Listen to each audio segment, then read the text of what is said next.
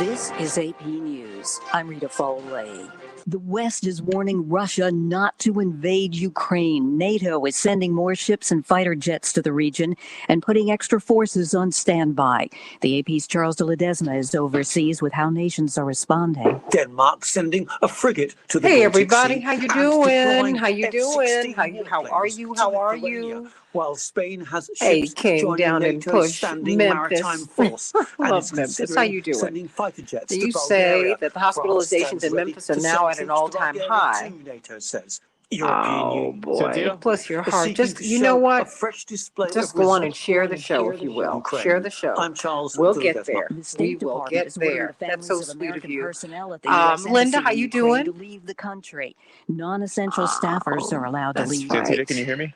Good That's news right. from I Dr. think that vote Anthony might come Fauci back about up the again on the Omicron federal debt variant of the limit. That was coronavirus. just He like a says Omicron is stopgap measure that we peaking just or has already experienced. peaked in several states in the Northeast and Um, Upper Midwest. Things are looking good. We don't want to get overconfident, but they look like they're going yeah, in the right Linda, direction. we're He was going to on be talking ABC's This about Week with George what we need to Stephanopoulos. do Starting today, Los Angeles will forbid students to from really wearing push for cloth voting rights. masks Now in people are school. beginning to The crank school it up, district crank up says the they fight, have to which wear is very important. well-fitted, non-cloth All was masks not lost with a last week. As nose a matter of wire fact, I at think all it's going to spur times, people to including greater action, which I outdoors. think is very Masks will be important. made available to students Andre, how you if they doing? request them. Savannah, good 5 morning, people have sweetie. How been you found doing? dead in a home Dave, in Milwaukee. my brother 4 to the men and a north, woman. Matty, Police are investigating this McCabe, as how you homicide, doing? although there's Renee, no everybody who all information calls yet on today. who Oh, I did it love or you, why. Gary Hines. We're Tax going to be filing playing your season song, We Can starts Change the World, today. in Experts just are a few warning that minutes. the That's Gary IRS Hines, is everybody, understaffed from the and overloaded with legendary work. The The Sounds of pandemic is among the Blackness. reasons.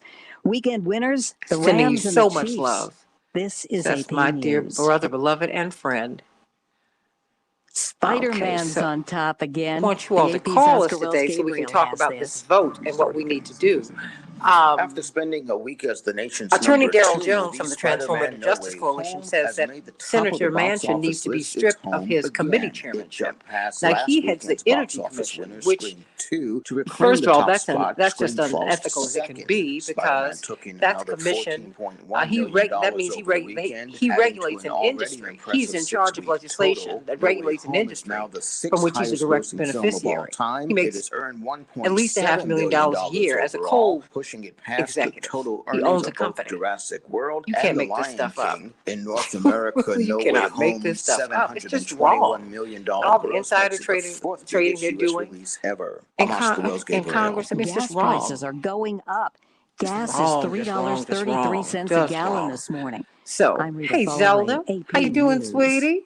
Mark Stevens, how you doing? From DC. Love DC, you know, that's my spot. And streaming worldwide. I think all Howard people love DC. It's a great place to go to school. We are Chicago's progressive talk, where facts Boy, matter. so let me pull this out here, everybody. I'm getting ready to come on up. WCPT 820 Chicago traffic update.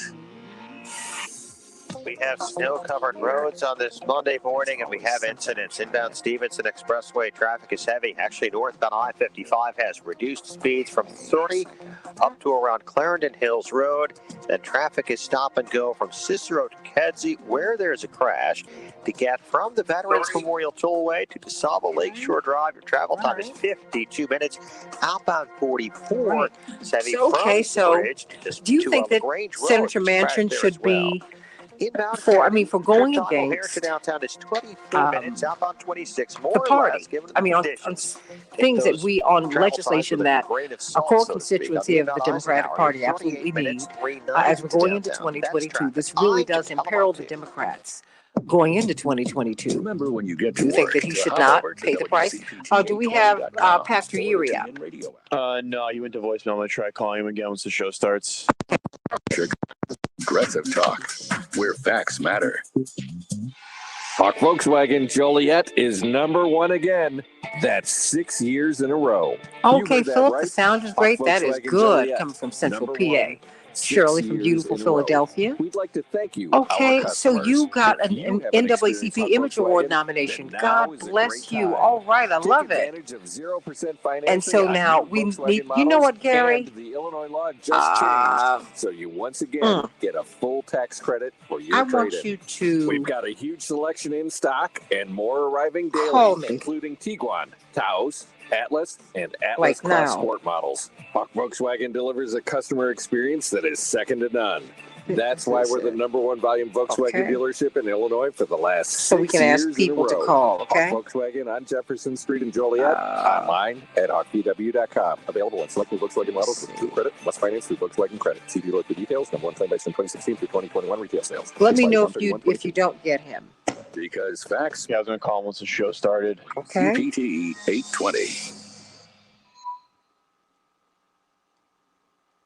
My name is 8:15. We give to and volunteer with United Way at our community free health clinic. We know our time and money are going to the right places. We don't just wear the shirt. We live it. Give, advocate, Gary, call volunteer. me right now, if you don't mind. Brought to you by United Way and the Ad Council. I just texted you. Chicago's progressive. Change the world, change the world. We can change the world, we can change the world, change the world. This is the Santita Jackson Show. War and hate to a place of love, it's not too late. Gotta save the children, we can't wait. Let's change the world. I agree. Hey, everybody. Welcome to the Santita Jackson Show. It is Monday, January 24th, 2022. And it's a cold day in Chicago. We had a snowy weekend, but it is beautiful. I hope that you are rising and shining this morning. I'm Santita Jackson. This is the Santita Jackson Show coming to you from the nation's largest progressive talk radio station and AM 950 radio, the voice of progressive Minnesota. I want to hear your voices today. I want you to call me or text me at 773-763-9278, 773-763-WCPT. What are we going to do about our vote? There has been a call for the president to execute an executive order on voting rights, just to go past the Senate and sign it into being. What do you think about that? Martin Luther King III has called for it, and we're going to have attorney Gerald Griggs, the NAACP in Atlanta, who lays out the case. He lays out the case, and then we're going to be talking. But first, we're going to be talking with attorney Darrell Jones from the Transformative Coalition and Dwight McKee about whether Senator Manchin should have his committee chairmanship stripped. What do you think about that? Should the Democrats play hardball? There is no price that anyone is paying for not towing the party line, or should I say, some people pay a price and other people do not. So what's the deal? Should he be allowed to hold on to his chairmanship of the Energy Committee, which he really shouldn't be having it? He shouldn't be holding on to that anyway. He shouldn't be on the Energy Committee because he's heading up a committee that regulates an industry that he makes a lot of money from. He's a coal baron. Who does that? Call me, text me at 773-763-9278. And what about your booster shots? Have you gotten those? Have you, or is it time? When should you get them? We're going to be talking with Dr. Deborah Holden and Dr. Shanina Knighton about that in just a few minutes. Everybody, let's get to some of these headlines so we can get to the rest of the show. In Chicago, we're going to have some more snow today, 28 degrees. Minneapolis, St. Paul, 9 degrees above zero, partly cloudy. In the NFL, wow, what? You just had 4 great games yesterday. Just 4 great games. Of course, the Bills fell to Kansas City 42, the Bills 36. The 49ers, well, they eked it out over the Packers 13-10. And then the Rams, well, wow, in the last minute, Tom Brady's not going to the Super Bowl. Bless his heart, but 44 years of age. What a magnificent career he has had. Will he return next year? The Rams 30, the Buccaneers 27. And the Bengals, well, over the Titans 19-16. A lot of people are trying to figure out if the NFL's overtime rules should be revamped. What do you think? I mean, the first team to score a touchdown and then the game is over? Shouldn't they just play out the clock? That's what I think. But, yeah, that's what I think. Everybody. The Biden administration is expected to begin distributing 400 million N95 masks, and they will be free, everybody. So what do you think about that? I want you to let me know if you are looking for your masks and if you know how to wear them properly. The masks which are coming from Strategic national stockpile will be made available at a number of local pharmacies and community health centers. Everybody, please check, and because you need to have your mask. You really, really do. A lot of people are walking around without them, and that is not a good thing. Ukraine, the calls are amplifying by our government for Russia to cease aggressive actions, as we're characterizing them, along the Ukrainian border, where more than 100,000 troops have been amassed. U.S. Secretary of State Antony Blinken warned yesterday that there would be a severe response by the U.S. and its allies if a single additional Russian force enters Ukraine in an aggressive way.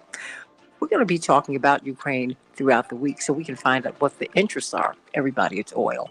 Ukraine is a portal for oil, and that's something that we need to talk about so we can know if we go into war, why we might be doing it. The Arizona Democratic Party announced over the weekend that it has formally censured Senator Kyrsten Sinema after she voted to maintain the Senate's filibuster rules, effectively blocking Democrats' voting legislation, a key priority for the party. Guess what, everybody? It's symbolic, but it could give a boost to a primary challenge. What do you think about that, everybody? Should she be primaried? Yes. And what do you think about Senator Joe Manchin? Should he lose his committee chairmanship for going against the party? You let me know. Call me at 773-763-9278, 773-763-9278. One of my dearest friends in the world, and someone we all love and admire, who I remember when Perspective Records was started. And of course, that was when Jimmy Jam and Terry Lewis just started their own record company. The first release was from a group called Sounds of Blackness. Now, those of us in the church community knew about Sounds of Blackness and who were in college music, as I was, because they are legendary. They cover the full sweep of the musical experience, particularly of Black people. Sounds of Blackness, from African chants to European hymns to the Negro spirituals, which are grounded in European hymns and African chants, to modern R&B, to jazz. They do it all, and they do it all at a superior level. And so, really, the father of Sounds of Blackness, my dear, dear friend, and of course, you hear their theme music played on this show. Couldn't think of anyone better. Gary Hines, they have been nominated yet again for an NAACP Image Award. I love you, Gary. This is so exciting, but we've got to vote so we can make sure you get that Image Award. NAACP, imageawards.net. Gary Hines, how you doing? Good morning, my queen. I am always better when I hear you, and I love you more. Impossible. Congratulations on this nomination. What are you nominated for, Gary? Sounds of Blackness song Time for Reparations is nominated in the category of Outstanding Gospel Song. And we are greatly honored by that because we consider Time for Reparations to be more than just a song. We want it to be an anthem for the movement. Now, what are you trying to communicate with the song Time for Reparations? It's time. That this is the modern, the current day contemporary call for something that's been called since the 1860s, as I know you know. It's funny, a lot of people think the call for reparations is something new. But, of course, going back to 40 Acres and a Mule, and actually before 40 Acres and a Mule.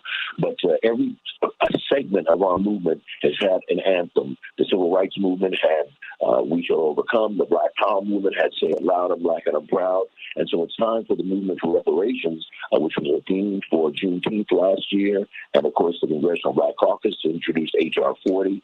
It needs a theme. And so that's the purpose for Time for Reparations. How do we vote for this? I mean, because this is so wonderful, and I think that you deserve that. And the fact that you are taking this music straight through our church experience, where most of us are, is just a wonderful, wonderful thing. And you all just keep on giving us great, great, great music that is mission driven. How can we vote for Time for Reparations? Very quickly, simply, and easy, my queen. All anyone has to do, because now it's public voting. You don't have to be an NAACP member as you used to have to be. Anyone that has an email address can simply go to NAACPimageawards.net and, of course, follow the menu to the recording category and then to outstanding gospel song, and I believe the first name that comes up is Sounds of Blackness. And make your vote, cast your vote, and you're done. It's like a 60-second process. So it's NAACP Image Awards with an S .net. Yes. NAACP Image Awards.net. Well, I promise you, on this show, we're going to push it. We are going to push it. We're going to push it. We're so grateful that you allow your music to be, to really shape the mission of this show. And I'm just so grateful. I'm so humbled that you have allowed us to use your music. You're just an absolute jewel. I say that on a personal level, but institutionally, you mean so much in a time when so much of what our ancestors, our immediate ancestors, and the ancestors down through the generations, the music has kept us lifted up, and it breaks my heart to hear so much of our music degraded. And yet, what you have decided to do is to show really the highest and best of our tradition. You exemplify that, and I just thank God for you, Gary Hines, and for all of Sounds of Blackness. And of course, I'm giving much love in heaven to Big Jim. I love you, Big Jim. Yes. Love. We worked together over in Brazil years ago. Oh, yeah. Yes. Years ago. Just love him. And we lost weight at the same time, too. So God bless him. How about that? I love you, Gary Hines. Will you come back on the show so we can talk some more music? Anytime, my queen, and I love you like gumbo. Now, that's a lot of love. Oh, I love you. Now, again, we've got to vote for Time for Reparations. How do we do it? Just go to NAACPImageAwards.net, recording category, and the best gospel song for Sounds of Blackness, Time for Reparations. You're done in 60 seconds or less. And we can vote as many times as we wish, right? No, one vote per email address. Oh, wow. So I thought it was like American politics. What? Oh, my goodness. I'm kidding, everybody. Go to NAACP ImageAwards.net. Vote for Time for Reparations. Look, yes, I have a bias. I love the whole category, and I have a lot of friends in it. I love them. But, I think it's time for us to acknowledge reparations and really to lift up this song. I love you, Gary Hines. I love you, Queen Santita, and congratulations to you. Please give your love to your amazing parents, and the Sounds of Blackness are always here for you. We love you. And how many years has it been for Sounds of Blackness? We are blessed with our 50th anniversary. Unbelievable. All right, everybody. 50 years of Sounds of Blackness. Let's keep it going. I love you, Gary Hines. Love you, Queen Santita. All right, sweetie. I can't wait to have him back. Hey, everybody, go to NAACPImageAwards.net. NAACPImageAwards.net. Gospel song category. Time for reparations.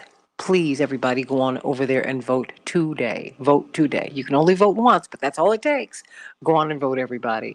Hey, we got Doctors Deborah Verholden and Shanina Knighton with us today. Of course, Dr. Verholden is the Associate Dean of Public Health at Michigan State University's School of Medicine. She is helping to build that School of Public Health. And Dr. Shanina Knighton is at Case Western Reserve University, registered nurse, infection preventionist. And so, Dr. Verholden, you got to help me with this because I just want to stay, if you will, no pun intended, up to date. The CDC is standing by, they said, their up-to-date vaccine language shift. What is up to date? I mean, because we're going to be talking about boosters today, and of course, a lot of the details are going to be filled in by Dr. Knighton. But what does it mean to be up to date, and what does it mean not to be up to date? The up-to-date, their up-to-date definition or up-to-date with vaccination? With vaccination, with their definition and with the vaccination itself. Yeah, so we talked about this, right? We talked about it when it came out. We talked about it recently, that they have changed the definition, and they can call it whatever they want. People being so fancy and funny. They can call it their new up-to-date definition. They can call it the changed definition or whatever. But the reality is, I always equate it to in the spades game where somebody calls new rule in the middle of the game. they changed the definition of what a vaccine is and what it is to be vaccinated. And they went from immunity to protection. And the language shift then gives a lot of leeway, because then the question becomes, what does protection mean? What are you protecting me from? Are you protecting me from infection? Are you protecting me from illness? Are you protecting me from death? Well, now you get to make that up by vaccine, because the language changed. And then as far as the what it is to be fully immunized, that is evolving as well, because we now know that, people are saying you can't just get vaccinated, because that doesn't give you enough protection. You got to get vaccinated and boosted to get this full.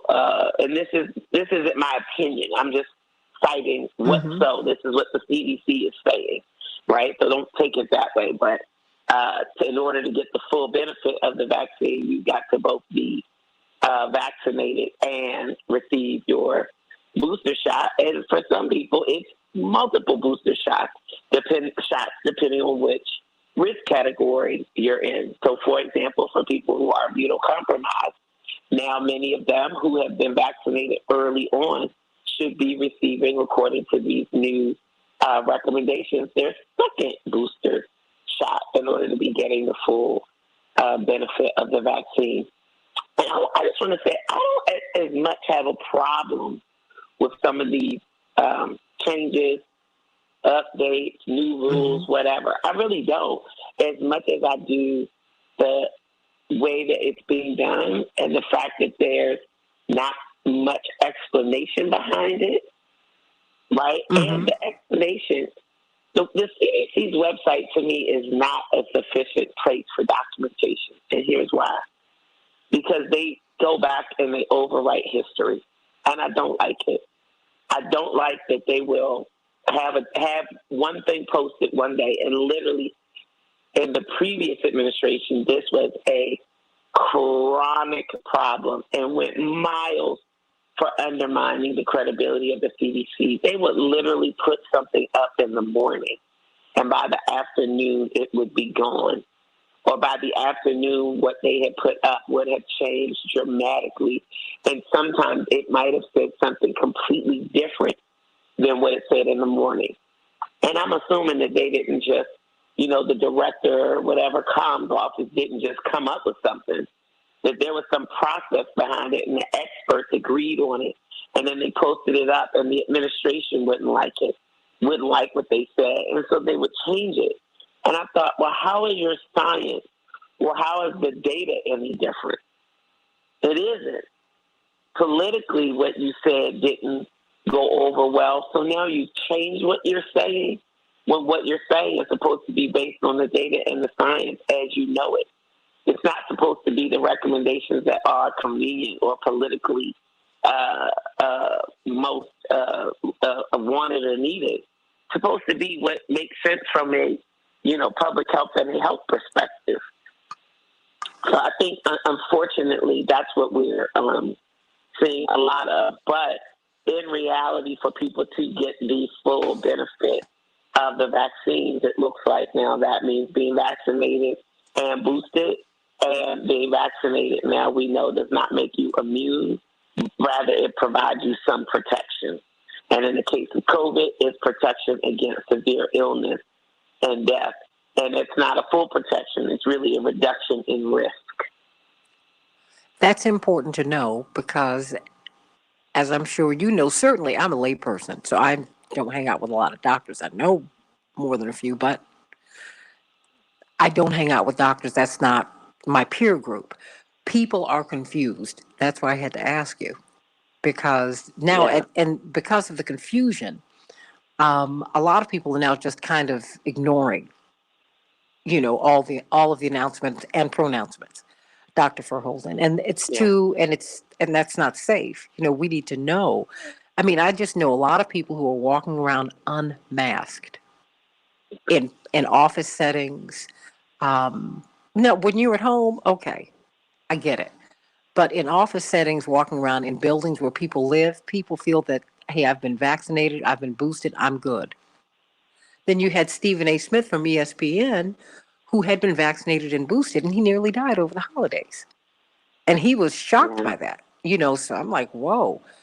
I mean, the severity of COVID, hitting him like that is surprising. There's no question about it. But I think it's important for us to understand that there is still risk. And thank you for that today, because we really do need to know that. Plus, with now the increased a necessity for people to have vaccine passes, how does this impact your vaccine pass? I mean, is it valid if you have not been boosted? Do you know that? So we don't actually have vaccine passports here just yet. Okay. And it's really weird because I traveled out of the country, and I was required to have a negative COVID test before I was allowed to even get on a plane to come back to the U.S. Not I could get on a plane and had to present it, on the other side. It was interesting because I had to present it on the international side before I was allowed to get on the train. But literally, when I tell you, I flashed a test result that was in an email to an agent that spoke no English. So our ability to, they didn't speak English, and there was no even a request for me to speak their language. So I'm not dogging them out because, most people abroad, many of them have some English proficiency where many Americans don't speak any other language except for American English. So I'm not dogging them at all. I'm just saying we weren't able to have a conversation, right? So I just flashed the result on a screen. The person glanced at it, said okay, and pushed me through the line. I thought I was on the trip with 4 other people. I thought I could have just had the person with the negative result forward me their result and flash that, and I would have been okay. I was on a plane to come to Baltimore to visit my sweet India. I am almost 100% sure the man sitting next to me had COVID. Really? Almost 100% sure, yes.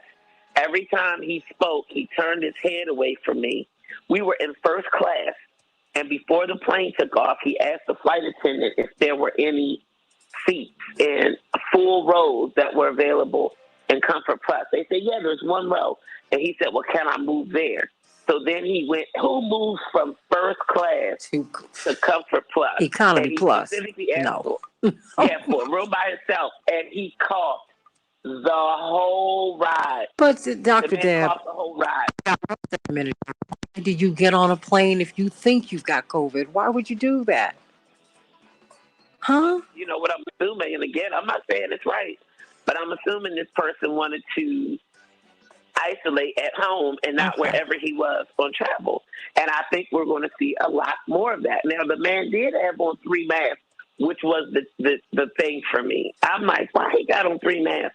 And why every time that is he saying something to me or the flight attendant, and depending on who he was talking to, he's turning his head away. And I said, he's trying not to get us sick. I mean, God bless him. What he's doing. Dr. Deb, all this stuff is all over the place. That's all I'm saying. This is crazy. This is crazy. It's crazy. This is not right. Now we're going to talk about these booster shots and when you should take them. If you've had COVID, how long should you wait? And some people are just saying, I'm just not going to take another shot this year. If you're in the process, you need to go on and complete the process, everybody. Let's talk about booster shots. Let's talk about them on the Santita Jackson Show. And coming up, should Joe Manchin be stripped of his chairmanship? What do you think? Call me at 773-763-9278. Back in just a minute on the Santita Jackson Show.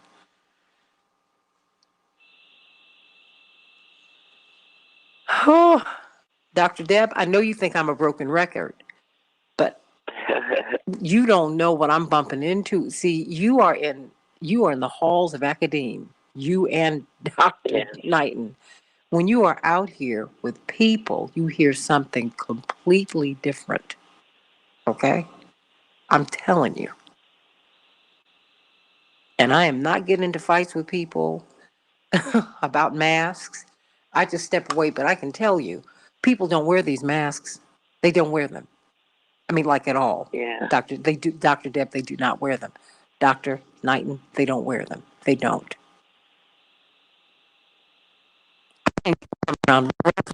My father is 80 years old. He's got Parkinson's and he's had COVID. And they come in just as big, no mask. I'm like, whoa, what? No, honey, you got to put the mask on. What are you doing? Yeah. Telling you. They will tell you, I've been vaccinated and boosted. I'm good. I've heard that a lot of times. And people look at me like I'm crazy. You know I'm masked up. You know I am. I'm not wearing 3 anymore. 2, 3. Mask on. And look, I'm the one who told you stop it with the 5 masks. I think it was 5. Stopped.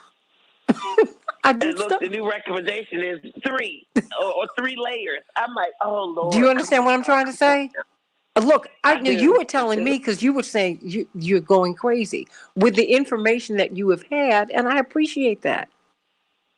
But it's just, one of these tennis players who went into to the Australian Open said, "Hey, I was COVID positive, and they admitted me to the country."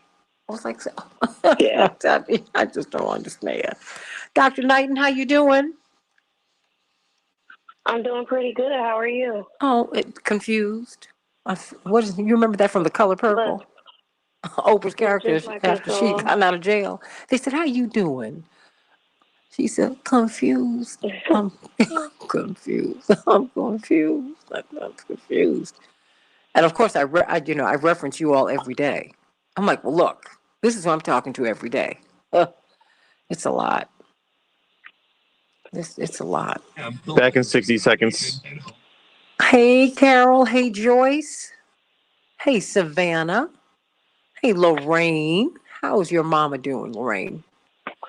She's not going through the same thing. God bless you. Parents with Parkinson's. Whew. Oh my gosh. Bless you. That was a big sneeze. God bless you, honey. Well, you know what? It's a good thing you didn't knock anything over because when I sneeze like that or it goes everywhere. Yeah. God bless you. Yeah. I have the most obnoxious sneezes you've ever heard in your life.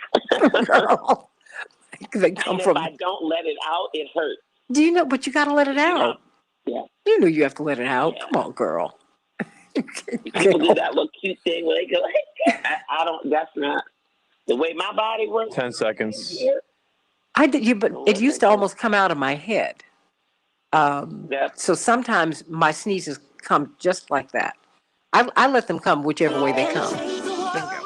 Change the world, change the world. Okay, we can change the world, we can change the world, change the world. This is the Santita Jackson Show. War and hate to a place of love, it's not too late. Gotta save the children, we can't wait. Let's change the world. Hey everybody, welcome to the Santita Jackson Show. In just a few minutes, we're going to be talking about Joe Manchin. Should he be stripped of the chairmanship of the Energy Committee? Now, you do know he is a coal company owner. You do know that. Okay, so he is head of a committee that oversees his industry. I don't know how he got that assignment. Somebody needs to explain that to me. But given what he's done with the Democrats, should he be allowed to hold on to his assignment? What about Sinema?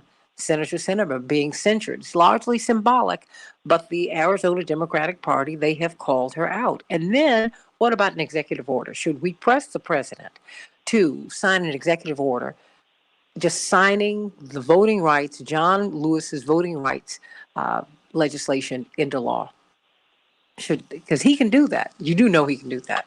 So I want you to call me or text me at 773-763-9278 as we've been listening to Dr. Deborah Verholden so you can understand what up to date means, what it means, and why you need to be up to date. But you need to know the timing of your booster shots. I mean, and there is a lot of confusion about that. People with COVID-19, how long should you, if you've recovered from it, how long should you wait before, if you've been vaccinated, before you get a booster shot? How long, if you've just been vaccinated, should you get a booster? How long should you wait to get a booster shot. And you need a booster shot after if you've just recovered from COVID. Dr. Knighton, you got it. Help us understand what we're dealing with. Good morning. Good So I morning. just want to say I understand. Yes. So it is a lot of confusion that is ensuing right now around when to get a booster. So for one, the recommendation, let's say for individuals that have not been vaccinated yet, or let's say are finishing up their original vaccination schedule, is recommended somewhere between 5 and 6 months that they wait to get boosted after they've had the original vaccination. Now, let's say you are an individual that has had COVID for some time now, meaning you have recovered.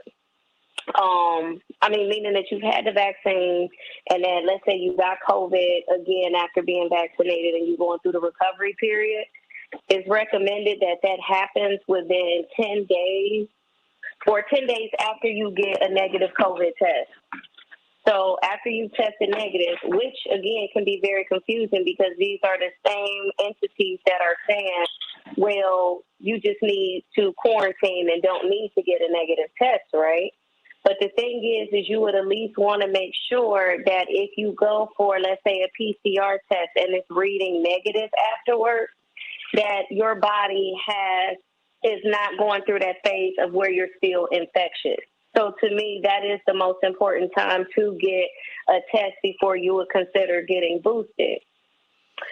Now, that's important because a lot of individuals, let's say if you are ill, meaning that you might actually be showing, let's say, a negative test, but still be feeling ill, or you may be testing positive even though you're not having any symptoms at all.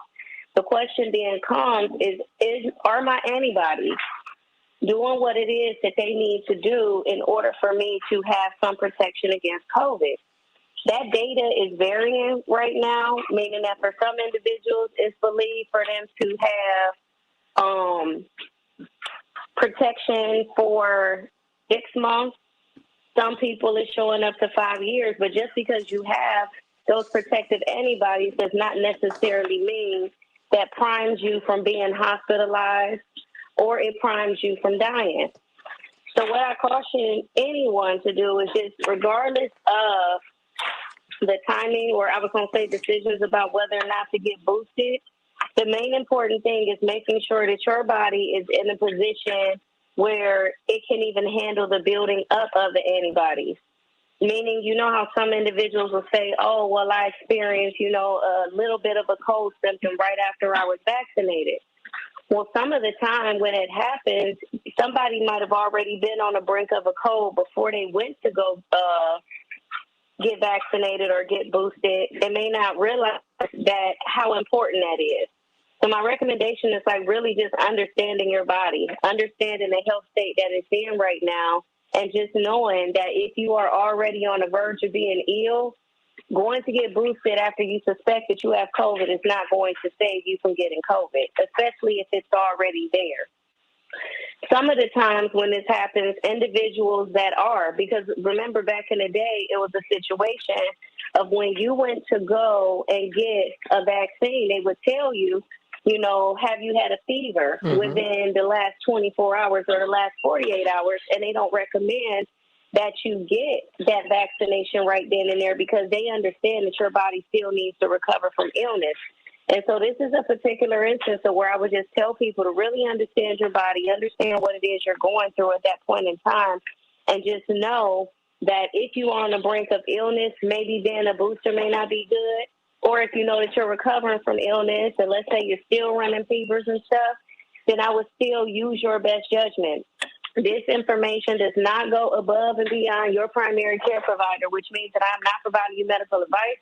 I'm just advising that it is very important for you to understand your body and understand that if you are on the brink of being sick and encountering COVID, or being sick and taking a booster is not going to stop you from getting COVID, but in fact, being already compromised may further harm your system at that time. So it's good to make sure that you are at the most optimal, healthy state that you possibly can be in before considering doing the booster.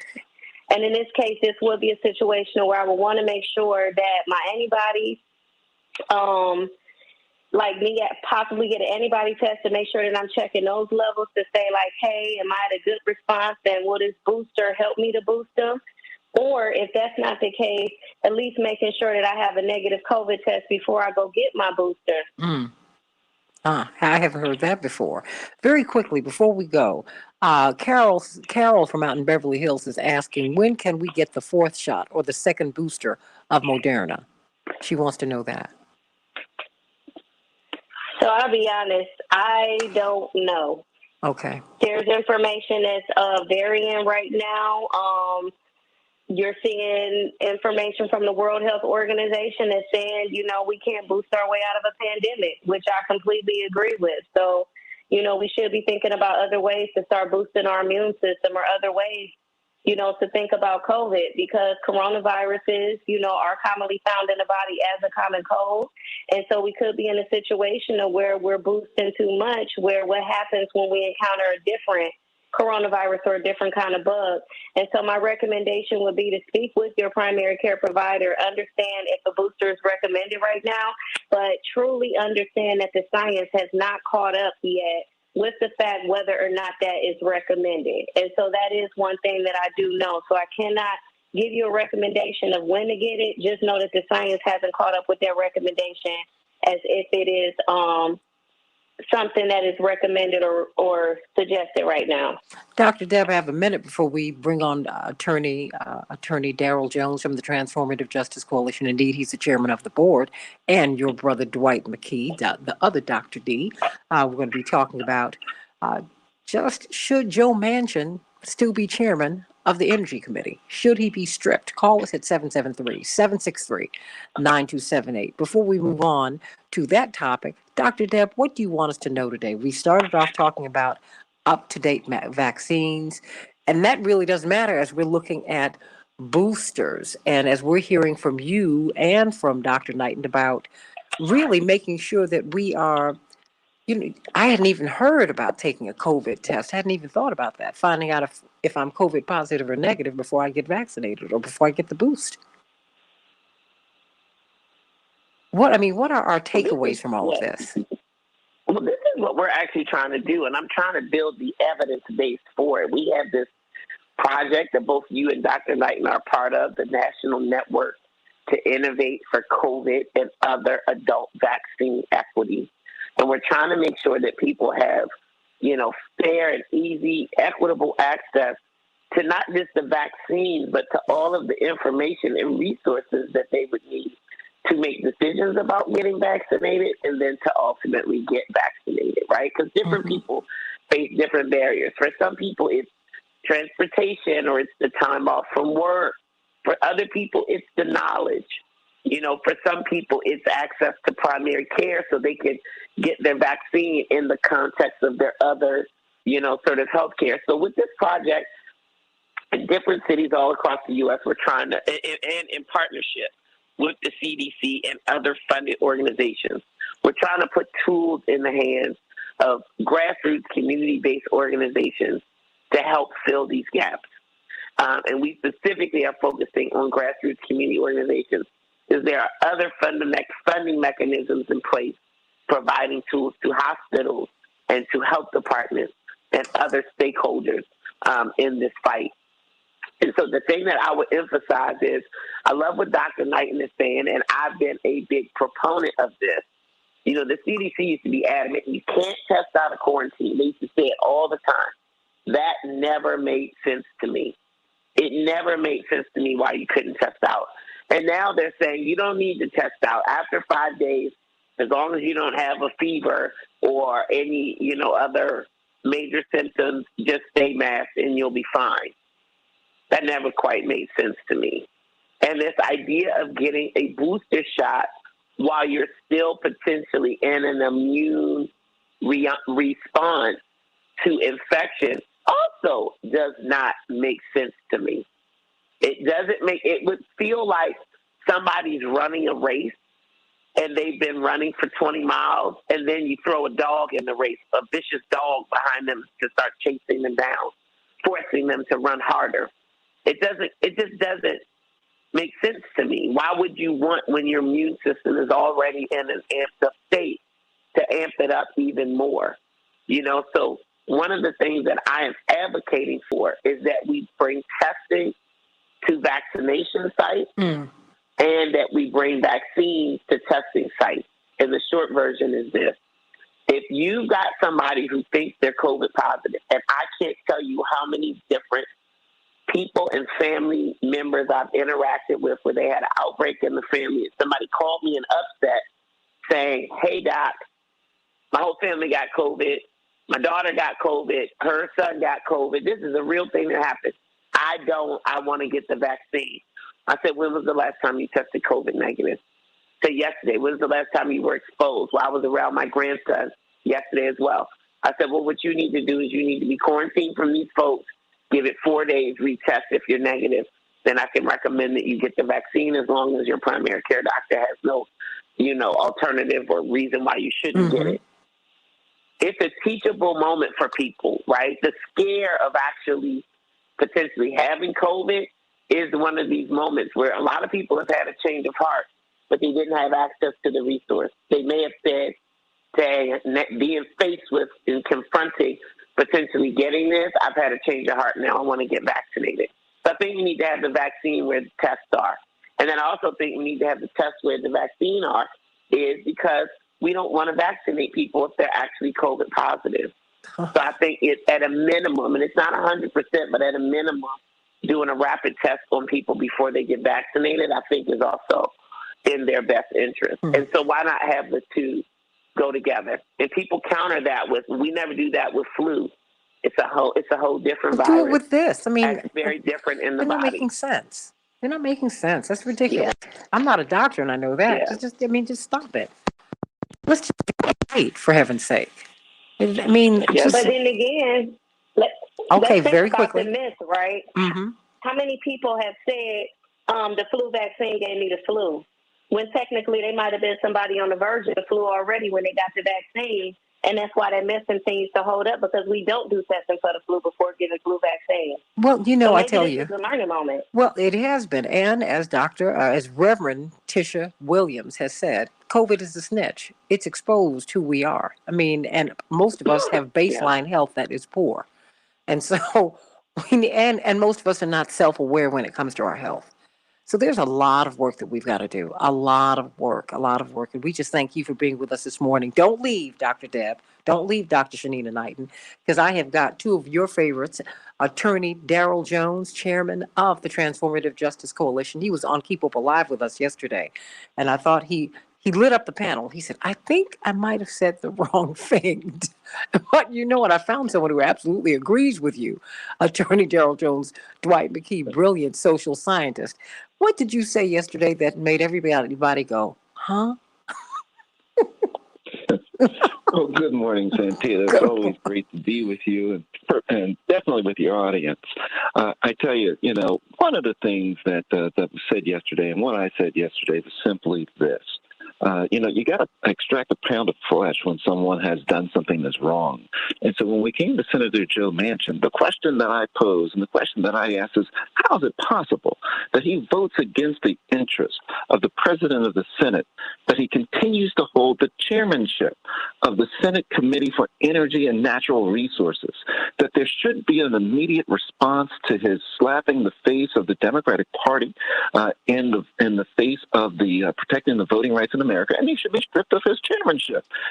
That's the statement that was made, and that's what lit up our panel. And I continue to say that we've got to explore what is the response to him throwing his back to voting rights in America, to stopping the voting rights.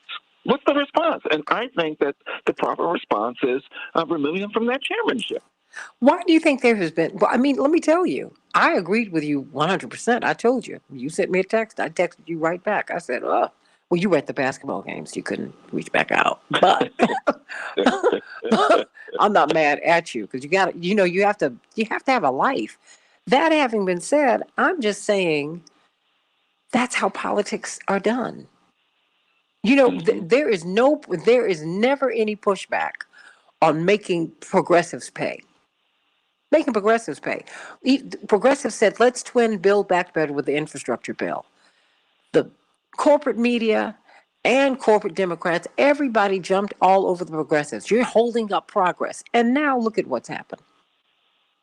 Joe Manchin said, I'm not going to even support the $1.75 billion. What? I mean, when will he stop, Daryl? And that's the whole thing is that, you know, he's been the clog in the wheel for the Build Back Better. He's been the clog in the wheel for voting rights. So you've got to do something, because if you continue to do nothing and simply say, be nice to him, he's going to play with us, and you keep being nice to him and he keeps turning his back and hurting you. And that's not I can't imagine that when Lyndon Baines Johnson was pushing forward on his bills, he was known for the strong-handedness, using the power of the presidency to get senators and members of Congress to respond. This is what we need right now. We need Schumer, we need President Biden to use the power of their positions, the power of their presidencies to get legislation through. And this is what they have not done with Senator Manchin nor Senator Sinema. And that's what needs to happen. But Manchin in particular, because he holds that chairmanship on a very key committee in which, you know, his state, his area is vital. And that's with that energy and natural resources. How did he get that position anyway? It's a complete conflict of interest. I mean, he is a coal company owner. He is in charge of the committee that oversees his industry. How does that work? Huh? Yeah. You're right on it. You're right on it. And, you know, and that's the reason why it needs to be challenged. It needs to be questioned. You know, you go after a person's weakest point if you're trying to get them to move to your side and they're not moving. And this would be one of those points, I think, in dealing with Senator Manchin to get him to move. At this point, you know, it should have been done in advance. That's the conversation that should have happened before we had this the voting rights vote, but it hasn't. Now that he's shown who he is, he's shown you that he's going to play footsie with the Republicans and tell you that he's going to bring some of them over. He brought none of them over, nothing. He delivered zero. You've got to have a response to it. Otherwise, you're going to be encouraging others to do the same behavior, and there's no retribution. There's no response. There's no punishment for them doing this to you. Call me at 773-763-9278. What do you think? What do you think? Should these people be allowed to go rogue and nothing happen to them? Dwight McKee, you've been making this argument for the longest time. Mark, I've been saying this for months. Well, now, this is Daryl. I mean, Gerald, I'm sorry. Gerald, I've been saying this for months. Is that I told Santita yesterday, we were having a conversation about this. And I told her, you know, I came from the old school at 3:15 on Fridays. You settled all scores, you had a fight. And you could always tell a guy who didn't want to fight because he would jump behind somebody and say, hold me back, hold me back. Hold me back. Well, he really didn't want to fight. And the reality is... Wait a minute. Was that like last week when we heard, I'm tired of being quiet? Is that what you're saying? Yeah. Hold me back. Hold me back. Hold me back. You could tell that the Biden them really don't want to fight this fight. That they're hiding behind... Madden is what I call it. You're hiding behind and using it as a pretext, because if they were really serious about that, the president has the options for executive orders that he can deal with. He has the option to sit on all of the energy legislation and the oil and coal subsidies, which is his bread, the senator's bread and butter. If they wanted to fight, they could fight a good fight, and they could win this because they have the levels of power. When the voting issue was on the table after the Civil War in 1866, 1867, and the Democrats rose up in the South, the Ku Klux Klan, and said that you all don't have the right to vote. We're going to make sure that there's no voting at the polls. Because of the 13th, 14th, 15th Amendment, the radical Republicans and the president at the time, who was General Grant, sent in the military and set up 5 military districts, and they sent the military to the polls and said that these newly freed Negroes are going to vote, or we're going to have a problem. And if you all show up with your hoods and your masks, then there's going to be a reckoning. And we will shoot to kill, which is how they issued in Reconstruction. They were serious when they wouldn't allow us the right to education after the Supreme Court said, Brown versus Board of Education, we have the right for an education. In Arkansas, in Little Rock, Eisenhower sent in the military. He sent in the National Guard and forced them to allow us in school. Voting is a fundamental constitutional right that if anybody violates, they're in a conflict with the very Constitution of the land, and the president has the right by executive order to enforce the Constitution. That's his job. What the executive branch does is they execute the law. If he's not executing the law of the land, then the constitutional law of the land, then he's not doing his job. And he has the right to use the military to execute the law. These guys, Biden, in my opinion, are not serious. They're looking for the same thing that he's looking for, which is white supremacy, that they can maintain control over the process, and they are committed to turning this into South Africa, where the minority rules.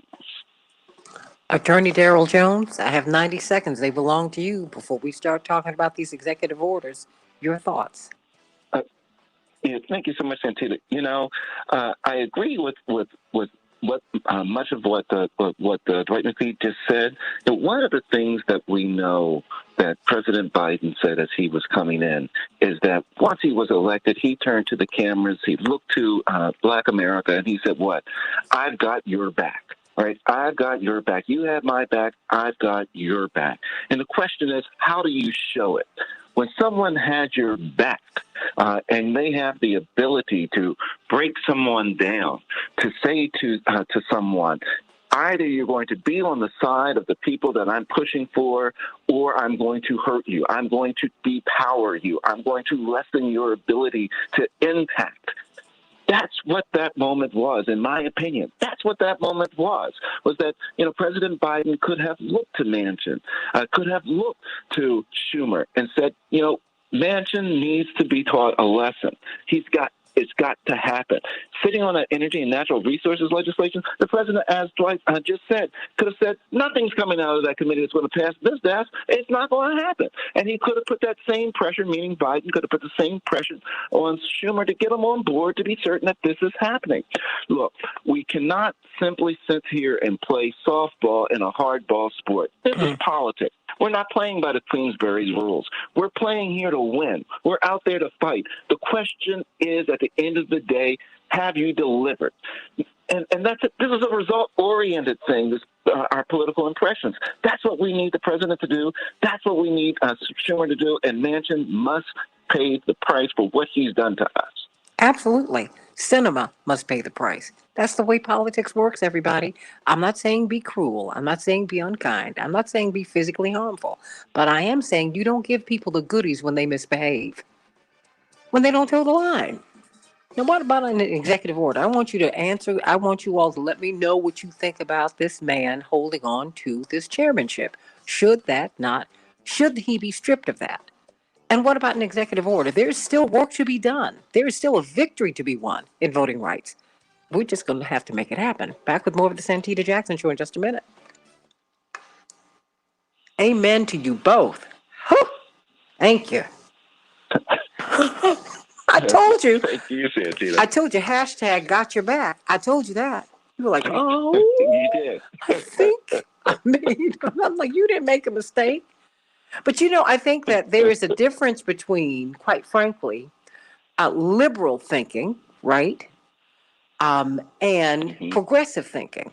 And particularly when you are Black people. Black progressives and white liberals, and even Black progressives and white progressives see things a little bit differently.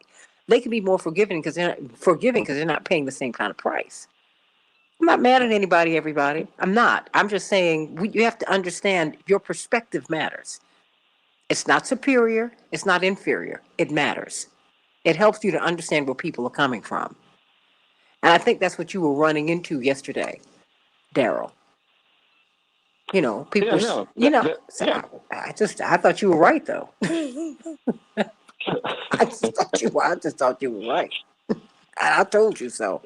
I said you need to come on tomorrow and talk about it because there's someone who's as nutty as you, Dwight McKee, who who agreed with you. He said the same thing. Just a nut. And in liberal thinking, we're always dispensable. That's true. We always dispensable.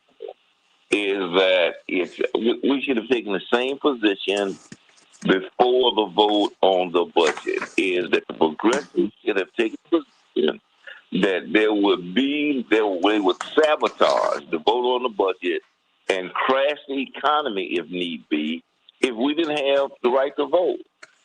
There has to be a democratizing of pain for this to work for everybody. But as long as we're doing the suffering, they will always say, well, okay, but you all need to compromise. And just your time will come. Just wait. It's why Dr. King always talks about the urgency of now. The fierce. Because liberals will always make it convenient for themselves at our expense. Sending Attorney Griggs through. Well, and that's why Reverend, when he ran in 1983, he said, our time has come. Not it's coming. He said, no. Our time has come. And of course, the liberal establishment, oh my gosh, what does that mean? Our time has come. The hands that picked cotton now pick presidents. Boom. Mic drop on that. How about that? Attorney Griggs, how are you? Good morning. How you doing? Radical on off the radio this morning, but here we are. We've got Attorney Daryl Jones here and Dwight McKee, brilliant social scientist. He in fact is one of the founding board members of PUSH. And he's with the National Action Network, and he continues to do a lot of fantastic work. There is, in fact, what's the name of the documentary? I think what was it at the Tribeca Film Festival? There's a documentary about the work that you and Reverend Dr. Marshall Hatch have been doing, Dwight. What's the name of it? All Our Sons. Okay. I can't wait till we can all see it. But I guess I just need to be hinky and go to the Tribeca Film Festival so I can see it. So, not special enough. Oh my goodness. So, but Attorney Griggs, I'm so glad you're with us today. I'm glad to be here. I didn't realize that Martin Luther King III, Martin. It's hard for me to make that turn. He, even though he said do it a long time ago, he has been calling for using executive power on voting rights. But I want you to lay out that case, and everybody, I want you, Attorney Jones, and you, Dwight McKee, to jump in, because I don't think that we should feel defeated. I think that we should understand that there's a pivot that we've got to take. Now, as Reverend Jackson said yesterday, now's the time for us to take to the streets. That's got to happen. I think that's a piece that we're really missing, right? I think so. I think that mass action that your father talked about yesterday is necessary. We have to attack this on all fronts. Mm-hmm. Yeah, you can't just walk in someone's office and say, "Give me my vote." I'm like, "Are you crazy? It doesn't work like that." I think we think we're gonna cute our way into freedom. It doesn't work like that. It just doesn't. Never. Never. It's never worked like that. So I can't wait to hear from you all. But of course, Attorney Jones and Dwight McKee, Attorney Jones, as you recall from yesterday, they wanted to throw him off the radio when he said, look, this man needs to be stripped of his committee chairmanship. But I'm still trying to figure out how he got to be the chairman of the Energy Committee when he is an energy company owner, namely coal, when we're trying to move to, to clean energy. How does that work? Can you all explain that to me? 60 seconds. Okay. No one has anything to say? Okay. I mean, that to me is the outrage that he's the chair of energy in the U.S. Senate. And he is the CEO and the direct beneficiary. He is the direct beneficiary of coal profits. I mean, how does that work? How do you do that? And they talk about putting it in a blind trust for his son to be able to run so that he's not running it. Does that sound familiar? I've heard the blind trust stuff before. Ooh, it is blind. I'm like, give me a break. Oh my gosh. Okay. And 10 seconds. And Mark Thompson, who showed everybody needs to be on, will be with us in a hot second. And of course, I'm going to go into that live read right after. Change the world, change the world. We can change the world, we can change the world, change the world. This is the Santita Jackson Show. War and hate to a place of love, it's not too late. Gotta save the children, we can't wait. Let's change the world. Hey everybody, welcome to the Santita Jackson Show. I am Santita Jackson, coming to you from the nation's largest progressive talk radio station, WCPT, based here in Chicago, where it's snowing today. It's beautiful. And AM 950 Radio, the voice of progressive Minnesota. We had Gary Hines from the Sounds of Blackness on with us in the last hour. Of course, the music that you hear is from the Sounds of Blackness. They have been nominated for an Image Award, an NAACP Image Award. Please go vote for Time for Reparations, everybody, at NAACPImageAwards.net. NAACPImageAwards.net. I just love Gary Hines. Everybody, let's talk about voting rights. Should President Biden be pressured to sign an executive order to do what the Senate would not do? Still be allowed to chair a committee, the Energy Committee in the U.S. Senate. Should he be allowed to do that? He has violated every agreement with the Democrats. Should he still be rewarded in that way to oversee the Energy Committee, which actually is the industry that he makes his money off of? We got to talk about that today. Ooh, Attorney Gerald Griggs is going to be talking to us about this executive order and why we need it and why you need to call the White House at 202-456-1414, 202-456-1414, and let them know that you want the president to do that right now. And let me know what you think about Joe Manchin. Let's get a few of these headlines out of the way, everybody, so we can get to the rest of the show. In Chicago, we're going to have a high of 28 degrees. It is snowing right now. Minneapolis, St. Paul, a high of 9 degrees, partly cloudy. In the NFL, well, it was quite the day yesterday, everybody. Kansas City triumphant over the Bills, 42-35. The 49ers, well, they were triumphant over the Packers, 13-10. The Rams beat the Buccaneers. Tom Brady won't be going to the Super Bowl this year, but boy, what a heck of a try at 44 years of age. The Rams 30, the Buccaneers 27. And the Bengals were triumphant over the Titans, 19-16. What a day, what a day. A lot of screaming was done because people are now wondering if we should rethink overtime in the NFL. I mean, it's sudden death, but shouldn't we play out the clock and let's just see who's going to win at the end? I don't know. Let me know what you think, everybody. 773-763-9278, 773-763-9278. The Biden administration is expected to begin distributing 400 million N95 masks to Americans this week, the latest federal step aimed at reining in the spread of COVID.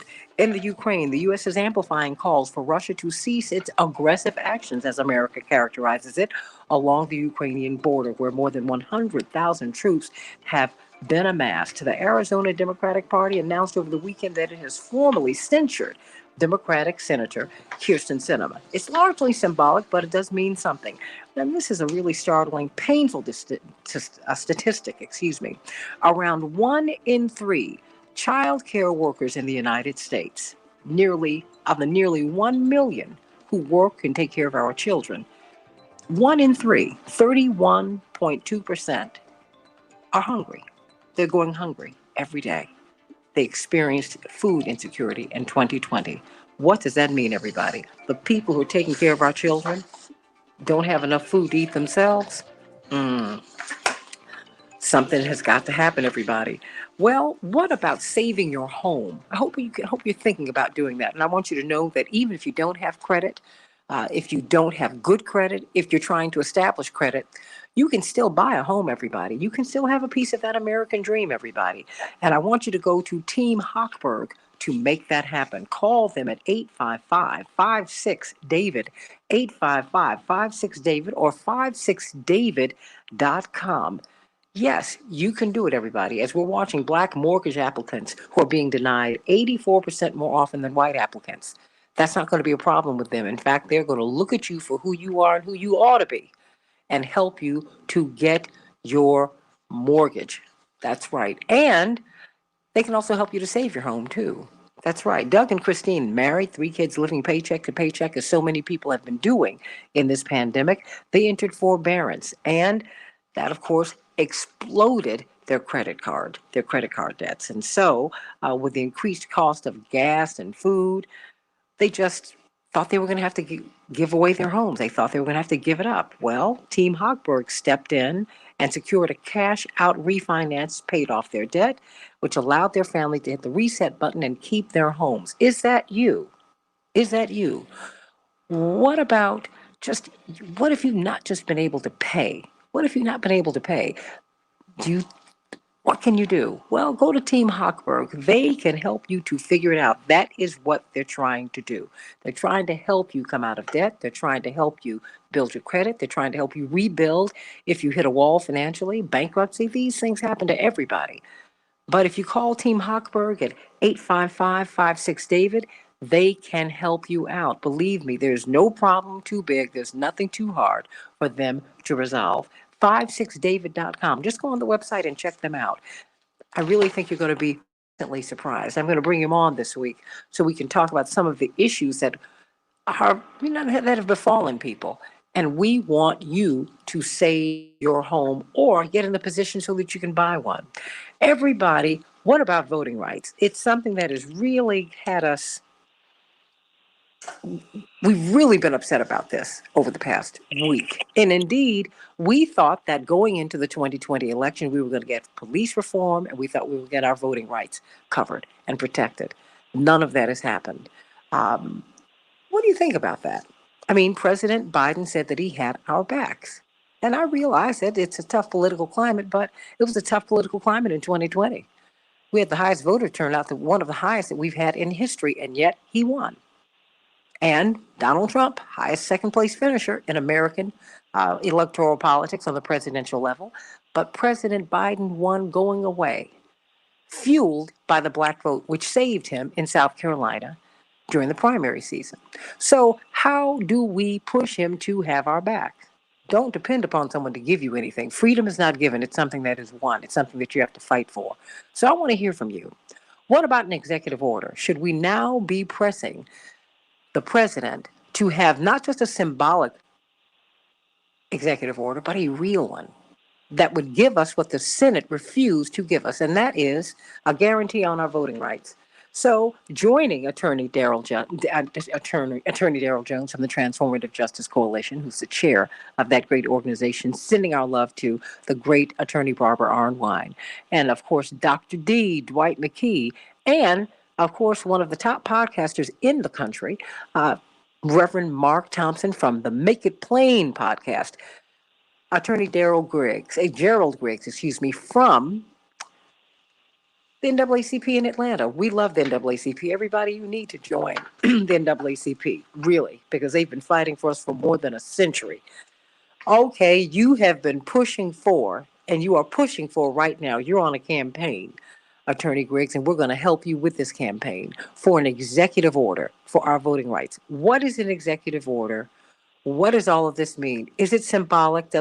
Could it have teeth? It absolutely could have teeth. And basically, an executive order is an order from the president to the federal government to enact and support a already pre-existing law. And in this case, it would be the 1965 Voting Rights Act. And I know there have been a lot of conversations about in 2013, the Supreme Court gutted the Voting Rights Act. Well, not quite. They gutted Section 5 and Section 4, which is the pre-clearance and the formula for pre-clearance, meaning a law could not go into effect that affected voting without being pre-cleared by the Justice Department. But that same Voting Rights Act also empowered the Justice Department to take action after a law that affects substantial civil rights like voting rights, to take action against that, to file a lawsuit to get federal monitors in there, to stop the schemes, the tests, and devices that are limiting voting, and to provide sanctions to the state. So I think it's time, under currently existing federal law, for the president to act unilaterally by issuing a executive order, similar to what happened with the Emancipation Proclamation, which was an executive order, and similar to the previous administration that issued a record amount of executive orders. It's time for this president to make good on his promises to African Americans specifically. As you stated before, we went to the polls in record numbers in 2020 with the expectation of a protection of our voting rights and the George Floyd Justice and Policing Act. So I'm calling on the president to make good on his promise that he did when he made his speech down here in Clark, Atlanta, to all of the Georgia residents here who are still fighting against the horrific acts of SB 202, which is Jim Crow 2.0. It's time for federal intervention. We need to sue all 19 states in federal court to enforce the Voting Rights Act of 1965. Could you describe what happened when the president went to Atlanta just a few days ago, a little more than a week ago? Because you were saying that there were a lot of protesters outside, of the perimeter. We saw everyone sitting there politely, invited. But you said, no. He had to actually come through some protesters or at least come around them. Absolutely. There were two groups of protesters, a smaller group of the MAGA people, but closer to the gate, there was a group of voting rights activists and organizers who have been organizing since 2018 to motivate the vote and get people out. And they were upset. They were upset about the fact that there has been no action on voting rights. It took organizers like LaTosha Brown and Cliff Albright with Black Voters Matter, and of course the Transformative Justice Coalition with my friend Barbara Arnwine and Darrell Jones, who'll be on here in a few minutes, who have all been pushing. They've been getting arrested. They've been doing nonviolent civil disobedience to get protection on voting rights. So many of them that are based in Atlanta were outside peacefully organizing, but raising their voice because we are tired of the platitudes and the speeches. Now, also many of the activists were inside, and they were listening to the plan the president laid out. They were hopeful that he would be able to convince the Senate to suspend the filibuster for voting rights and get the John Lewis Voting Rights Act and the Freedom to Vote Act passed. Of course, that failed. So now it's time for real action. Black women since July have been up in Washington marching and protesting and getting arrested over and over and over again to get this conversation central in our national debate. And now it's time for the president to make good on his campaign promises. It's time for him to make good on his speeches. It's time for him to dispel with the platitudes and action. And he can do that by an executive order that empowers the Justice Department to go after the several states that are limiting access to the ballot. He can do it today. It's a simple step. It will be as good as law under his presidency, and that will protect the midterm and ultimately the presidential election in 2024, that people will have access to the ballot. And if they take it up to the Supreme Court, we'll get a full, robust hearing on the power of the 65 Voting Rights Act, which is still good federal law.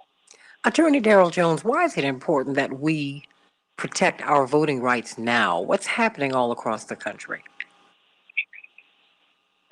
Well, Santita, right now, as we speak, we have states across this country that are enacting legislation to make it more difficult for particularly young voters, black voters, brown voters, to be able to access the ballot.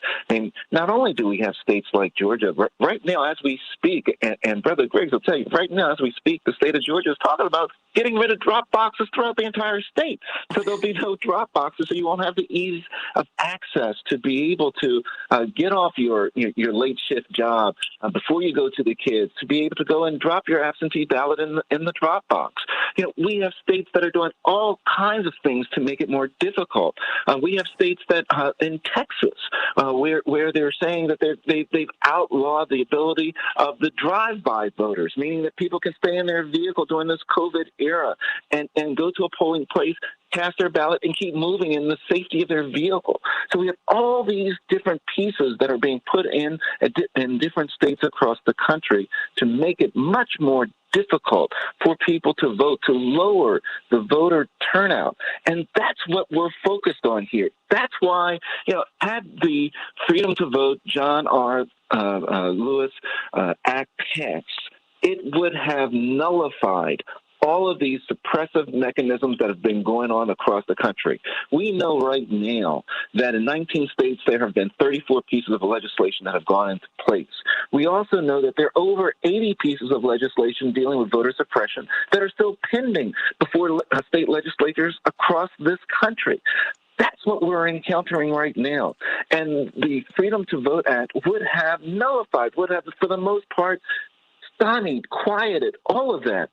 People often ask the question, why were we pushing for both the Freedom to Vote Act as well as the John Lewis Voting Rights Advancement Act? Well, there were two different things, right?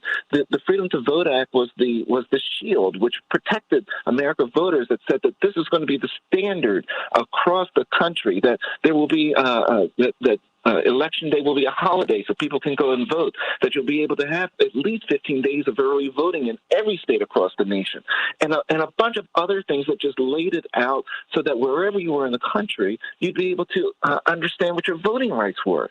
Of course, the John Lewis Voting Rights Advancement Act was the shield, was the sword part of this, that said that when states came up with legislation that was going to have a disparate impact on black, brown, young voters, that it would have to pass they would have to pass a federal review, so it could be struck down, it could be sworded down, knocked down to protect voting rights.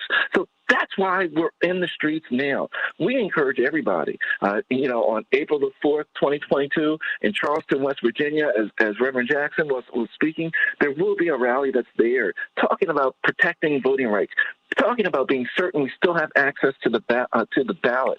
We also encourage people to come out March the 3rd through the 6th for the Selma Jubilee, because we're going to be pushing it there. At this point, as Brother Griggs was saying, we're fighting on all fronts. One, in the event that nothing is passed and we've got to go through this election cycle with the suppressive legislation that's in place, we need to educate our voters so they know what they need to do. What are the steps they need to take so that their ballot counts, so that their vote counts? We'll be in the street doing that. But in addition to that, we've got to continue this fight to standardize and protect American voters throughout this country. So that's what the fight is all about. That's why we're in the streets. That's why we're encouraging people to come out, Santita. Thank you. Robert Thompson, host of the podcast, Make It Plain. Make It Plain. For people who think that the fight is over, that we lost, that we were not even able to vote on this last week, what do you say about this path forward? Well, I concur with everything that's been said. I think that, and first of all, thank you for having me on the show as well, Santita. What Attorney Griggs is proposing in terms of executive orders, absolutely, that has to happen. Biden really has no choice if he wants to remain in power. He is the head of the Democratic Party. If he wants to maintain a Senate or House majority, he's got to do something, because these voting laws in these 19 states are existential to that end. That's why it is really it's utterly fascinating that two Democrats would block the extension of the majority of their own party. I mean, where and when does that happen? So he really has no choice. And I agree with Attorney Jones. We've got to continue to be active. I'll admit that is a bit challenging because many people are frustrated and confused and morale is down. I think that we all have a responsibility to speak truth to the masses of our people. And we've been put in this awkward position of having a year ago spoken what was meant to be and believed to be a truth, that voter turnout would lead to a majority in the Senate. And now it turns out that actually was not the case. And so we've got to pretty much figure out a way to let people know that that they weren't necessarily misled or lied to, but some people are just going to take it that way. Unfortunately, I'm just being very, very frank about it. I mean, that is what we are hearing. It's reminiscent of the time that Obama, on paper, had a supermajority in the Senate, but he really didn't. It really didn't work out that way.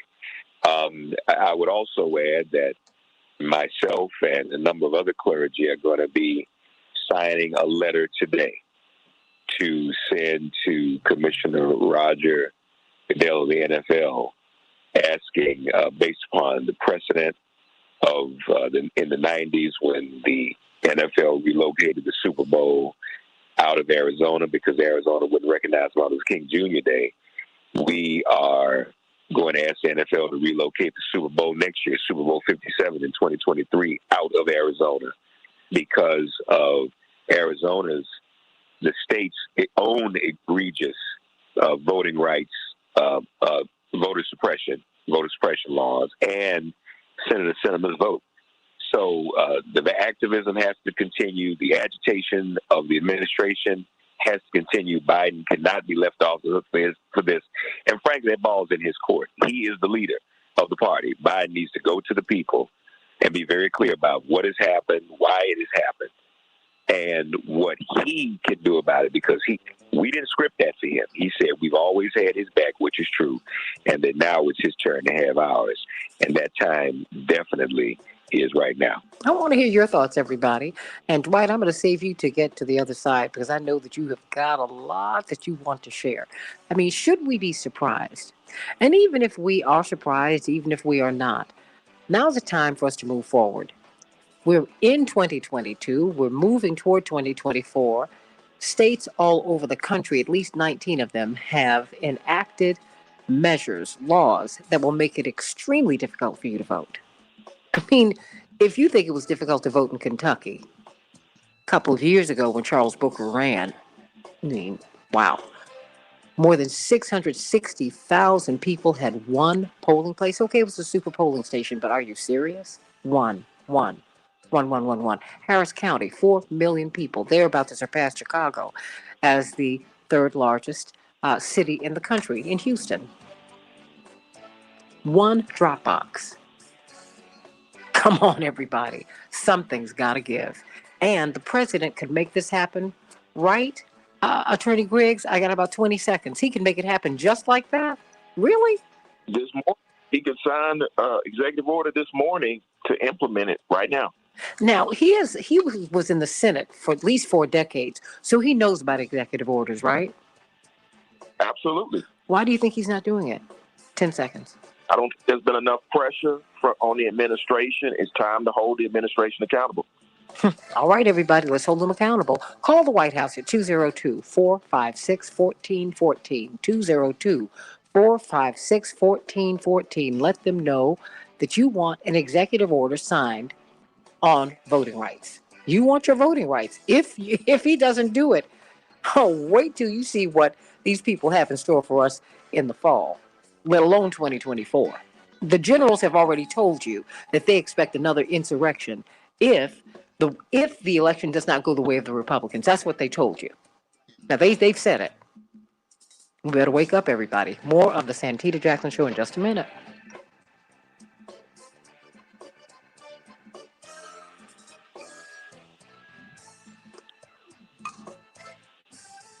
Gentlemen, I'm not so sure that we know just how serious Republicans are and corporatists are. Because it's not just Republicans, it's corporatists, Democrats, and Republicans who are trying to hold on to power. I don't think we have the real sense that of just how serious they are and just how methodical they've been. I mean, they're turning over these state laws or creating these state laws. No one's even covering it locally. I mean, this is not even local news. No, they're making it an election integrity issue. And so local media and regional media is just, oh, this is normal. And nothing is normal about any of this. You know, just like nothing was normal about the storming of the Capitol, which has kind of been pushed off to the side. That was a second civil war. And so what we need to understand is this is an existential threat, and it's time for the law to step in. And right now, the chief executive officer is the president of the United States. He's a chief law enforcement officer. He needs to accept his responsibility and make sure that the laws are faithfully followed. Well, Dwight, I want you to respond to that when we get on the other side. I mean, do you? I know you. I know you will. I mean, but Mark, what? I mean, what is the temperature in Washington? You and Attorney Jones. I mean, what are you hearing? I mean, because Washington, is not where you really understand what's going on. I mean, you understand that legislatively, but I mean, I think this fight's going to take place in Chicago, in Mobile, in Jackson, Tennessee, Jacksonville, Florida. It's going to take place in these streets. Well, definitely. And it's shifting there because we did pretty much what we could do in Washington last week. And it did move the needle. The Cinnamon Mansion did what they did. That's not going to budge. Now, that's not to say that there are other things that can't take place in Washington. Mm-hmm. I think that the Black Caucus and other legislators, because we talked to them last week and asked, are all legislative remedies exhausted? They said no. Sending Sproul through. The legislative remedies they have up their sleeve, but they said there are others. So we'll see what that yields. And if Attorney Griggs is right and people catch hold of it, then we may need to go back to Washington to get Joe Biden to sign an executive order. We demonstrated all summer to get Joe Biden to change his position on the filibuster. Remember, it wasn't until recently he was willing to even support the carve-out for the filibuster that Chuck Schumer tried to put in place. Joe Biden wanted the filibuster to remain. 60 seconds. Well, but you know what I think? I think we're marching.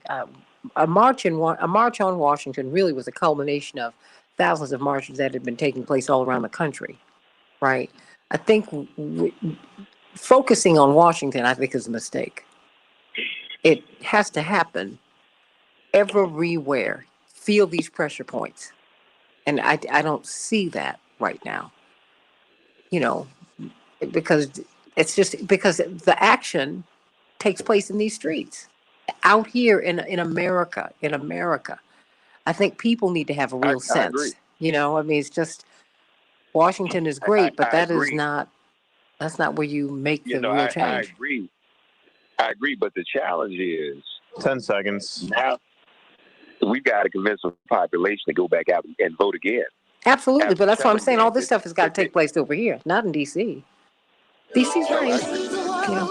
Change the world, change the world. We can change the world, we can change the world, change the world. This is the Santita Jackson Show. War and hate to a place of love, it's not too late. Gotta save the children, we can't wait. Let's change the world. Hey, everybody, welcome back to the Santita Jackson Show. We're talking about an executive order. Should President Biden sign an executive order doing what the Senate would not do, what Manchin and Sinema stopped him from doing, what some moderate Republicans refused to do, which is to sign into law protections for voting rights for every American, So I want to hear your thoughts. 773-763-9278. I'm going to get to the callers in a hot second, and you, Dwight McKee. But first, celebrations by us. We need these victuals. I already called you and said I want my greens and I want my string beans. Hello. Thank you, Chaparral. Good morning, Santita, and thanks so much for allowing us to speak today. Yes, Celebrations by Us is still open, even though it's not the holiday season, but we do year-round catering, so we still can take care of your greens, your green beans, your mac and cheese, your fried chicken, your smothered chicken, your ham, whatever it is that you need. And we are also a complete event planning company.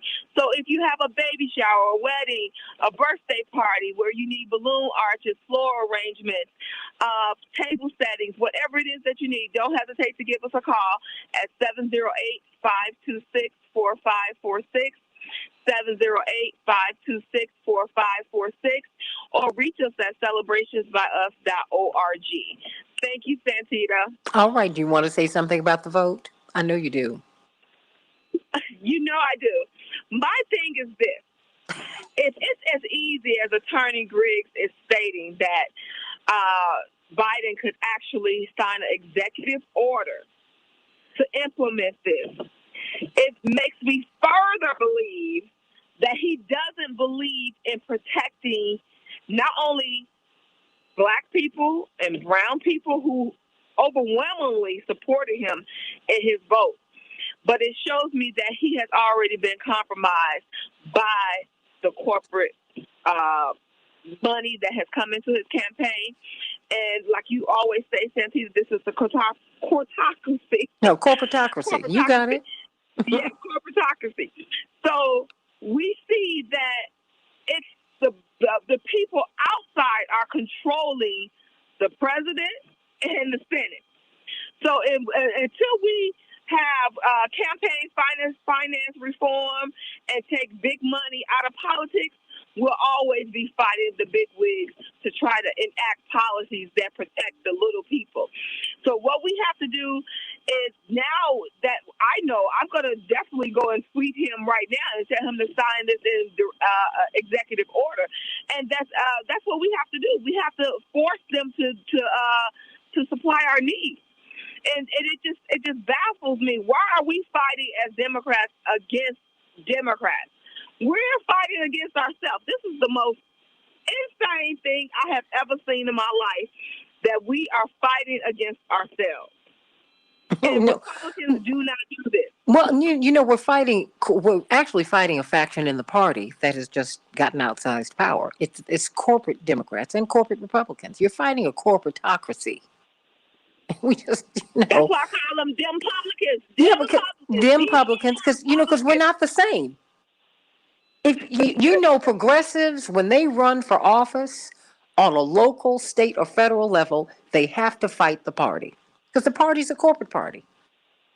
Now, I'm not willing to abandon it, but I'm clear on who they are, and I'm clear on who I need to clock. So I need, because while they're sitting up here crying and begging me for my vote, okay, I need you to do what I need you to do.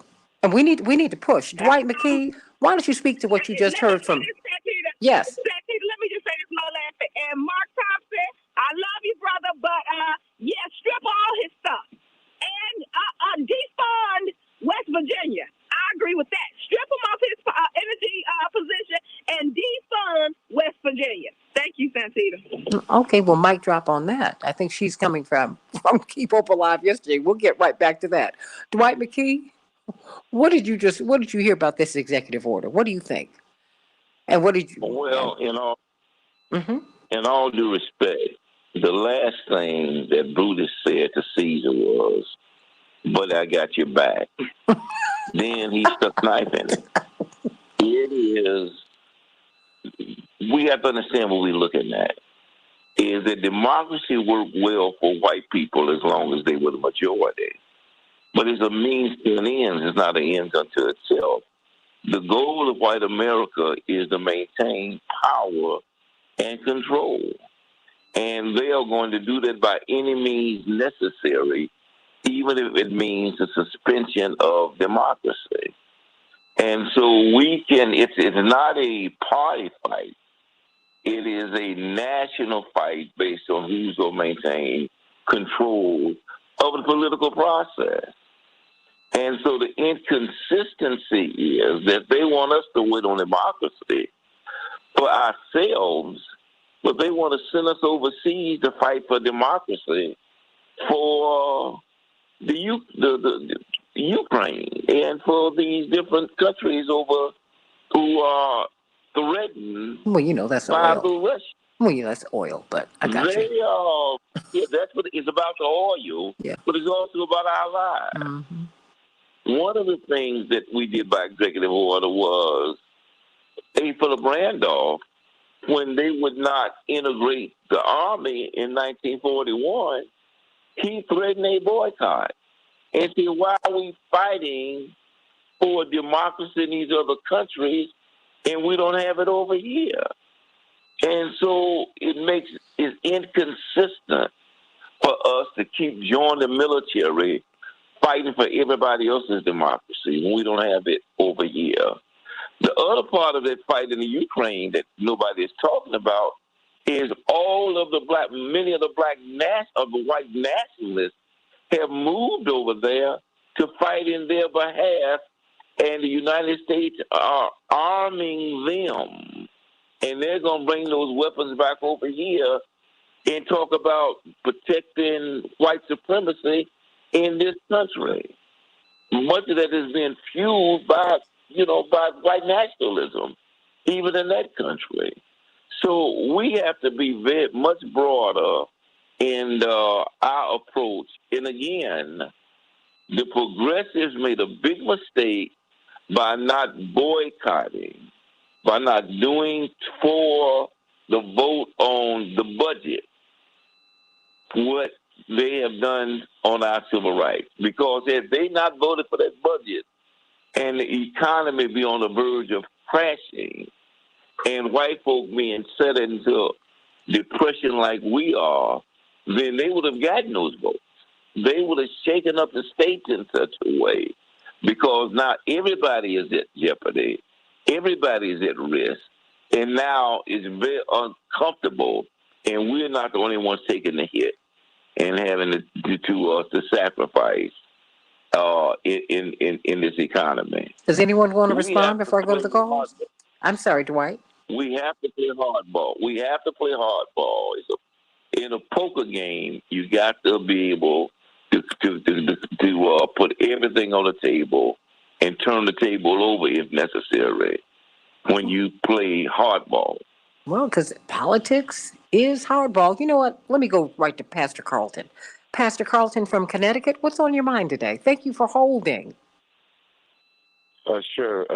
Long time, first time. Just been listening. Really appreciate Dr. McKee's comments about the bully who's standing behind the folks saying, I'm going to do something, I'm going to do something, and not doing anything at all. You know, we're owed these rights. Folks from Connecticut, solid blue states that went down to Georgia and other places and fought the battle with our brothers and sisters to make sure that we could push it over the line there. I'm from Georgia. Shout out to ATL. We've done that work, and our reward is nothing. It's laughable to see the president waving his finger at we're going to do something to Ukraine when, as your term, corporatocracy is really comes to the head of the table. We're all working for the corporate interests, and if we allow the president to do this, we have no one to blame except for ourselves. I'm looking for our civil rights leaders to rise up and make a statement. I'm looking for us as a people to say, no more of this. You cannot keep taxing us. Who do you think is going to pay back this money that props up the corporations during COVID? It's going to be us who are out here working day by day that are going to pay back that money and prop up corporate interests again. And finally, this the whole illustration of the army and white power in Ukraine and other places when we're fighting for these other people to quote unquote have democracy, when we're actually supporting corporatocracy in those places as well, because our corporate interests are there, and that's what we're defending. We're not defending those people's rights. We don't care about those people's rights. I'm saying in terms of the decision-making powers that are sending our forces over there, they're trying to play corporate partnership with those folks. So that's how it is. Thanks for listening. I love the show. Love your show. Listen all the time. God bless and keep it going, Santita. God bless you and thank you so much. You're such a sweetheart. You made my day. Noel, from here in Chicago. How you doing, Noel? Good morning, Ms. Jackson. How you doing? It's wonderful hearing your voice, Noel. Okay. My comment is that executive order by the president is a bad idea. Why do you think it's a bad idea? Most elections are ran by local jurisdictions, from school board elections to judges. They are ran by the local boards. Mm-hmm. If you issue a federal executive order, it's subject to a court challenge. That would give the U.S. Supreme Court a chance to gut the Voting Rights Bill, Voting Rights Act further, because now you have a 6-3 majority in the conservative wing. So that's going to give them a chance to take that law to Supreme Court, where they're going to cut it even further. That's what's going to happen. Well, stay right there. I want Attorney Griggs to respond to you. I want you to hear him out. Don't leave. Stay right there. Attorney Griggs? Okay. Yes, and I understand that concern, but we are in an existential threat. In Georgia, they're already taking over local elections. They're already removing the Secretary of State from the state elections board. They're already taking over local election boards in Lincoln County and Hancock County and all over the state. So we're already there. And we do need a showdown at the Supreme Court so we can deal with this once and for all, because we're not just talking about the 6-5 Voting Rights Act. We're talking about the 13th, the 14th, and the 15th Amendments. So I understand that concern. But if we don't do it now, at some point, we're going to regret this moment, because we have to come to the realization that voting rights are under direct assault. This is an attempt to make sure they shore up the power of white supremacy and they silence the voices of millions of minorities who are becoming the majority. And Noel, I want you to stay right there, because, you know, Black people understand this, that the 13th, 14th, and 15th Amendments showed us that our freedom from slavery, our citizenship, and our vote are tied together. You can't separate them. So when you start chipping away at our vote, we were not full citizens until we got the vote. Indeed, that is what LBJ said as he signed the Voting Rights Act into law. He said, now, Negro leaders, you need to go home and teach your people how to be citizens. And he said it. I know you all heard it. Attorney Jones, Attorney Griggs, Dwight McKee, Reverend Thompson, he said it. We can't be full citizens without the vote. It's tied to the vote, is tied to citizenship, which is tied to freedom for Black people. And ultimately for everybody else. But we have a profound, a keen understanding of that, Noel. So, you know, and every group has a line in the sand that you do not cross. And for Black folks, it's that vote. And it ought to be. Noel, why don't you respond? And I'm so glad that you called in. Because we don't have anything else to lose. If we continue to fight like we got something to lose, we're going to always lose. We don't have anything to lose. We have everything to gain.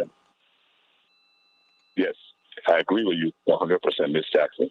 That's why I asked the Congressional Black Caucus not to raise the debt ceiling until the Voting Rights Act is approved. Why? Okay. Because we have something to lose. So let everybody else have something to lose. Well, you sounded like Dwight right there. So stay right there. No, I'm sorry, Noel. I want you to finish your point, because I mean I hear you. Now, many people are not willing to go that far. Why do you think we should go that far? I mean, because your rights is on the line. Your suffering is on the line. If the other side doesn't suffer and only you are suffering, guess what? They're not going to do anything. But if their interest is on the line, they have to come to the table and compromise with you. It's that simple. It's politics. It's give and take. So I want you to respond. Attorney Jones? I mean, he's saying we need to push hard, and we need to push harder, and we should not give our vote until we get what it is that we need. Your thoughts, Attorney Jones? No, I think that he's certainly on point, and that's a large part of what we're saying is that, you know, when you're in negotiations, you don't start giving stuff up. and then hope that the other side's going to give you what you want. I mean, what we've seen happen is that they took the pressure off by saying what they were willing to do, and when you take the pressure off by saying what you're willing to do for the other side or for your opponent, they have no reason now to give of anything. You're relying on their goodwill for them to do it. That's not what we're about. Where we need to be in this political fight is it's called a political fight for a reason. You're going blow for blow. You've got to be certain that you keep your arrows in your quiver that you need to shoot down what you've got to shoot down. They don't need to know. You don't need to forecast that you're out of arrows, that you have no arrows in your quiver. That's part of that fight. And so and I even caution Santita folks in this regard. You're going to hear people talking about now the Electoral Count Act and that type of stuff. What they're talking about there, it's a diversionary tactic. It's a diversionary tactic. When you hear this bipartisanship for the Electoral Count Act, what they're talking about is how you count the votes after they're cast. Where we are right now is we want the right to vote. We want to be certain that the votes are in. We're not talking about after, you're out there counting them. We're talking about the ability to cast the effective votes. And so, it's that piece that I think is really important. And Santita, I would be remiss if I did not say for Shapiro. I've got to put this out for Shapiro. When I was at the Capitol being arrested on Thursday, standing up, sitting in for the voting rights, and the Capitol Police came up and said, "What are you sitting here for?" I said, "I'm waiting for my sweet potato biscuits from Celebrations Are Us. They're coming from Shapiro in Chicago. I just need to wait because I know by the time they get here, we'll have voting rights, and I'll have my sweet potato biscuits." We're going to make that happen. Don't worry. You won't have to wait for the vote. But you know what? Makes the point. He could make that happen today. That's it. And to me, it is a measure of disrespect that a remedy was not offered immediately. But see, that's on us because we have to be out marching. No one gives freedom to you. These folks had to fight a revolution to get free of England more than 200 years ago. There were a couple hundred years. There was more than 100 years, 150 plus years of fighting that led up to that. England didn't just give these founding fathers freedom. Oh, no. It doesn't happen like that. Do you think it's going to happen like that for you? No. I'm going to get closing thoughts from everybody, and then I'm going to have Attorney Griggs really to walk us out so you can tell us what it is that we're going to do, and you're going to be back on this show because we're going to beat this drum. Reverend Mark Thompson, give us some marching orders. Again, we've got to get out here, folks. We've got to inform people. The fight isn't over, and that our right to vote is sacred. Malcolm Kenyatta, who's actually running for Senate in Pennsylvania, has the saying. He said when people tell him they don't do politics and they don't vote, he tells them, well, politics does you. And we've got to let people know that, get involved, and we've got to take a page from our opponents. It's evidence just because we're in this very situation. The 13th Amendment was passed in the 1860s. Here, over 150 years later, our opponents are still trying to prevent us from voting. So who are we to stop fighting after just 1 year when a promise was made and not necessarily kept? Our struggle is one of eternal vigilance. That's what Frederick Douglass says. That's what we've got to maintain. That's what we've got to sustain. Folks, stay tuned. We're going to be calling on the NFL to leave Arizona, pull the Super Bowl out from there in 2023. We are actually going to recreate the march. We're not just going to have a Bloody Sunday commemoration in Selma this year. We will march from Selma to Montgomery that entire week. It's timely now more than ever. And Reverend Jackson, your father, God bless him, has called us all to West Virginia on the anniversary of Dr. King's martyrdom, April 4th. So we've got to stay in this fight. And we've also got to set up a mobilization, Attorney Griggs, to get people need to call the White House and say Biden should sign an executive order. And then we've got to stay on Merrick Garland to enforce that executive order and enforce the remaining provisions that are still alive of the Voting Rights Act of 1965. But we have to work together, and he has to be on your show, he has to be on my show, he has to be on all the shows that we know so we can make it an issue. We're the ones who have to do it. We have more at our disposal than our parents ever had, and we're doing less with it, as my mother constantly reminds me. Attorney Darrell Jones, I've got about a minute for you. Thank you, Santita. And, Reverend Mark Thompson was right on point. Gerald Griggs is right on point when he talks about, it's up to us. We've got to get into the streets right now. We've got to be certain that we're contacting the White House and telling them to pass the executive order to protect voting rights in America. But in addition to that, when we're in the streets, I say get off the sidewalk and get into the streets. I call, and the Transforming Justice calls on everyone to get involved in this fight, to be a player in this fight. And if you want to hear more from Attorney Griggs, he's going to be on our teletown hall tonight with the Transformative Justice Coalition at 7 o'clock Eastern Time. We encourage everybody to come on out and listen to this, because the topic is going to be, where do we go from here? Mm-hmm. What are the next steps with voting rights? Come and join us. Come find out. Be involved. Get in this fight and stay in the fight. That's what we need right now. What time and where? 7 p.m. on the Transformative Justice Coalition's Facebook Live page. You'll find us at facebook.com/TJC.DC. Facebook.com/TJC.DC. And that's 7 p.m. Eastern Time, 7 p.m. So it's 6 o'clock for those of us in the Midwest, and that is 4 o'clock for Carol and Lenny Bob and everybody out west. Dwight McKee, I've got a minute for you.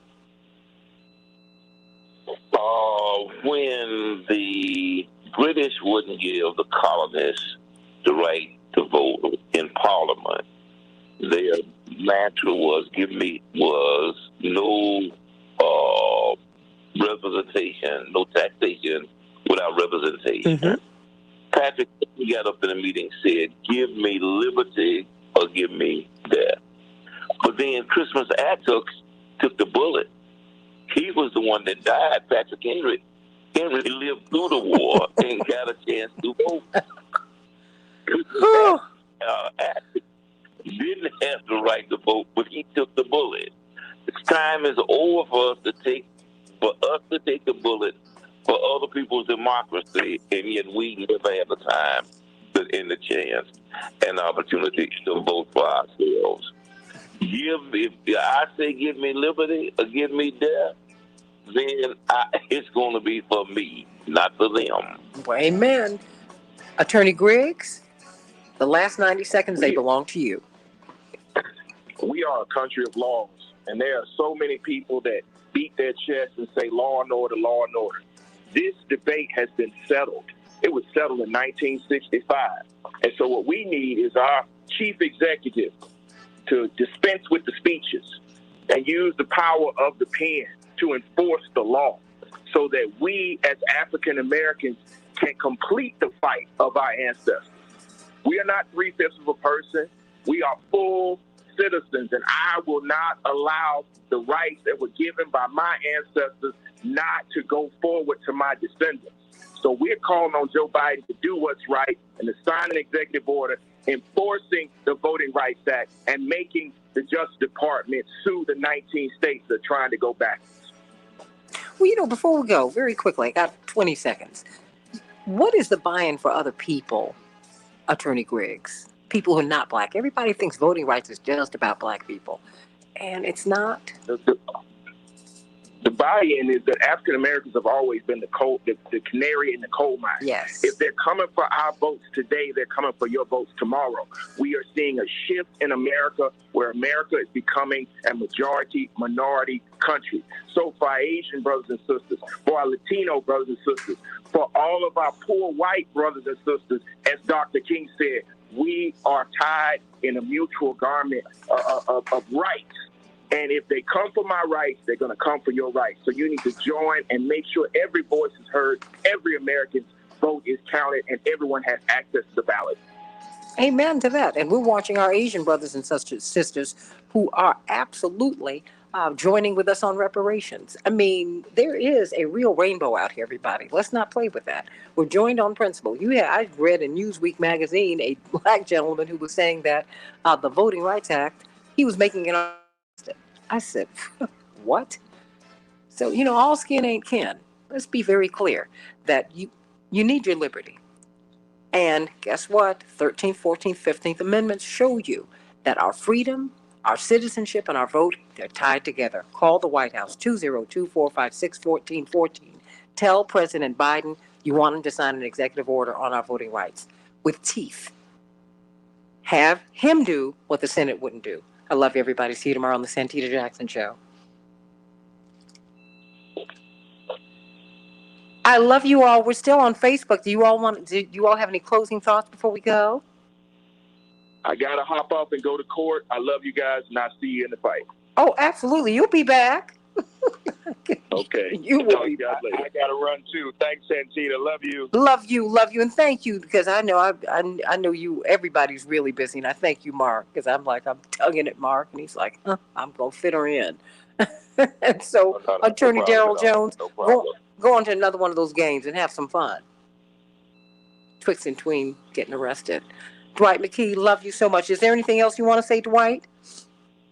No, fight the good fight. Fight. It's about a fight. It absolutely is, everybody. It's about a fight, and we are in a fight, and we're in the fight for our lives. And that's a good thing, because, like I said, your freedom is not given to you. And, when my mother always talks about, Dwight, people who inherit as opposed to people who build. Thing is, that's why inheritances are lost all the time, because they don't know what it took to get it. They don't know what it took to get it. They don't know. So, many of us don't know what our parents went through. To get these freedoms. So we say in a cavalier fashion, Dwight, things haven't changed. That is not true. Things have absolutely changed. But the problem is so deep, you have a cross to bear in your generation. Must Jesus bear the cross alone and all the world go free? Oh, no. There's a cross for everyone, one for you and one for me. Now, you don't have to be Christian for you to understand that. Every generation has got their own struggles and fights. But what you have to do, Santita, what we have to do is democratize the pain. The reason they stopped the war in Vietnam is because white boys were getting drafted and getting killed. Mm-hmm. And once they saw those body bags with those white boys in there, they rethought that war. As long as we were the ones getting shot and killed, and our Hispanic brothers and sisters, the war could be executed. But when these white kids start running away to Canada and start getting drafted and start coming back on drugs, they rethought that thing. You have to democratize the pain. Absolutely. And so when we say by any means necessary, we mean exactly that. By any means necessary, whether it's crashing the economy because they can't pass the budget without us, whether it's not us not going to join in the army and fighting all these fights in behalf of democracy around the world, whether it's boycotting the different states as Arizona, we have to fight on every front. The one thing you learn about war is you fight on every front.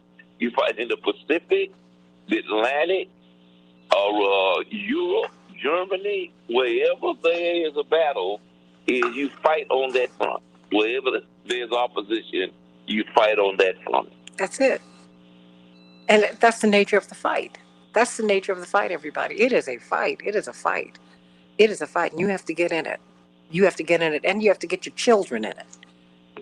I've seen so many photographs of my mother and father who had us on the picket lines when we were babies. Yeah, it takes that kind of struggle, because I have some friends who've been the biggest beneficiaries of all of our work who said they wouldn't put their children through this. How selfish. How selfish. How selfish. You will pay. Because guess what? Black folks are part of a caste, not a class. No matter how high you rise. you're in a cast. You're in a cast. You're in a cast. That's how it works. But I heard Lonnie Guinier in a wonderful speech to Rainbow Push years ago. May she rest in peace. And boy, this speech was so profound, Dwight. She said, look, this win-win, I win, winner-take-all politics, America's got to evolve and get away from that, because we need to have coalition politics where everybody walks away from the table with something. But she said something that I mean, that really stayed with me. She said, remember, black people in America are the canaries in the mine. You send the canaries down into the mine to find out how much gas is down there, to see if it's dangerous. If the canaries come up gasping for air or dead, you know you got a problem. If the canaries come up and they're fine, then you know all is well, and they send the miners down. That's who black people are. We let you know what is right and what is wrong with America. That's all. You can't be free when you have slavery. You can't. You know, if people are born on this soil and someone is denied their citizenship, well, it can happen to you too. If I'm denied my vote, they're going to get around to you. Trust and believe. That is the way that it works. Nobody gets left out of injustice. So now it's our fight. It's our fight. And President Biden, who understands this legislative process better than anybody, knows that the executive order is at his disposal, but he's not going to do it unless you make him. You don't have to be disrespectful. As a matter of fact, don't do that. We don't need to be unkind to people in these fights. What you need to do is make sure that people give you what you need. That's all. He knows what should be done. But if we don't make him do it, he won't do it. We made LBJ move on civil rights, on fair housing, on the voting rights. We made him do it. We made him do it. Do you think John Kennedy was excited about seeing those 250,000 people on the mall? They shut Washington, D.C. down that day. They were so scared. And all of the leaders of the march were at the White House. Part of it was relief on the side of President Kennedy, that they did not tear DC apart, which they said we're coming here nonviolently. We're not coming in here to hurt DC. We're trying to help save you, but y'all are too foolish to really understand what we're trying to do here. So call the White House today, 202-456-1414. Make him do it. He won't do it unless you make him. That's the way politics works. Don't get angry with him. Oh my goodness, I voted for him. He told me. You sound like a child. We're grown people here. That's not how politics works. Politics, every action merits an equal and opposite reaction. That's the way politics works. Politics works like that. It works when you work it. Am I telling the truth, Dwight? Absolutely. Come on. That's what you've seen. That's what you keep trying to tell us. It's like, no, you got to let people know. I mean, people don't stop beating you until you decide that you're not going to get beaten anymore. People don't stop mistreating you until you change your mind. You've got to change your mind about how you are treated, about how you are regarded. And then your treatment will change, or you will move these people out of your way. It's just that simple. It really is. So we got work to do. We've got work to do, everybody. We got a lot of work. So, Dwight, I want to thank you. And now you can see that you are not that alone. Good thing. You got some people who absolutely understood what you were talking about. So, and I'm glad you heard them today. And so I thank you for. We're going to continue to talk about this, because I don't think we should rest, Dwight, until he signs. Until he signs that executive order. I mean, just think about it. How insulted can you be? What is it? What's that? The man who killed Laquan McDonald, Jason Van Dyke. He gets out of jail next week. I mean, no penalty for violations to us. I mean, are you serious? That's got to be unacceptable to you. You can't just accept anything. No, you can't do that. No. And Ron Emanuel just got elevated to ambassador to Japan. To Japan. These people violate us, and they just continue. They continue to get, to get rewarded. Because guess what? These folks know that you were not, there were going to be a few of us. Just a few of us who were going to say anything. And those of us who say anything, if the mainstream media says something bad, tells you not to like somebody, you will listen to them. Even though these people have never wanted to do anything good for you. If they could give you Amos and Andy and insulting images every day, they would do it. They would do it. They would do it. They would do it. That's why, we're going to have to have one day when we talk about Bill Cosby. Because I'm so bothered by these, there's a new documentary coming out on him. And I'm like, wait a minute, why? The man's, what? If you start digging into the backgrounds of all these other people, you need to leave him alone. And look at his body of work. Yeah, I've said it. Somebody got angry with me when I said it when I started this show a couple of years ago. Okay, be upset. Because all I know is that his body of work makes me proud. People are complex. God doesn't ask for perfect people. God asks for people to do his perfect work. If you want perfection, you be perfect yourself. You do that.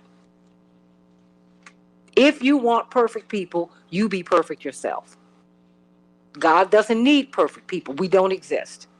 God needs people who are willing to do God's perfect work. Remember that.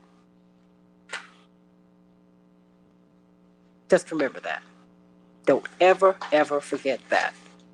So I love you all. Love you, Dwight. Thank you so much. Shalom. That's right. Amen. And amen and amen. All that good stuff. All right, Dwight, thank you. And thank you all. Look, U.S. political parties are shifting greatly. I keep bumping into all this stuff, all this wonderful information. I'm going to pull that out, too. So, and, yeah, let's do that. Okay, love you all. I'm going through my papers. I am. Love you all. Devin, thank you so much for another great show. And go home and get you some rest, okay? Thank you. he was working at the station until 10 o'clock last night, bless his heart. He's such a wonderful young man. And so talented. So everybody, send Devin some love. I love you all. Love you. Thank you, Madeline. Hey. That's right. Only Jesus was perfect, and Jesus struggled. Okay? On the cross. Look, when he went away and said, let this cup pass from me. Really? You need me to do some more? Really? Really? Oh, this is a lot. So think about that. Jesus was divine and human. So Jesus really understood us. He understood us as a man. He said, wow, Father, forgive them, for they don't even know what they're doing. They're so far removed from the ideal. So remember that. Their thinking ain't right. And it's not. So keep that in mind, everybody. Keep it in mind. And I love you all so much. I'll see you tomorrow on the Santita Jackson Show. God bless you.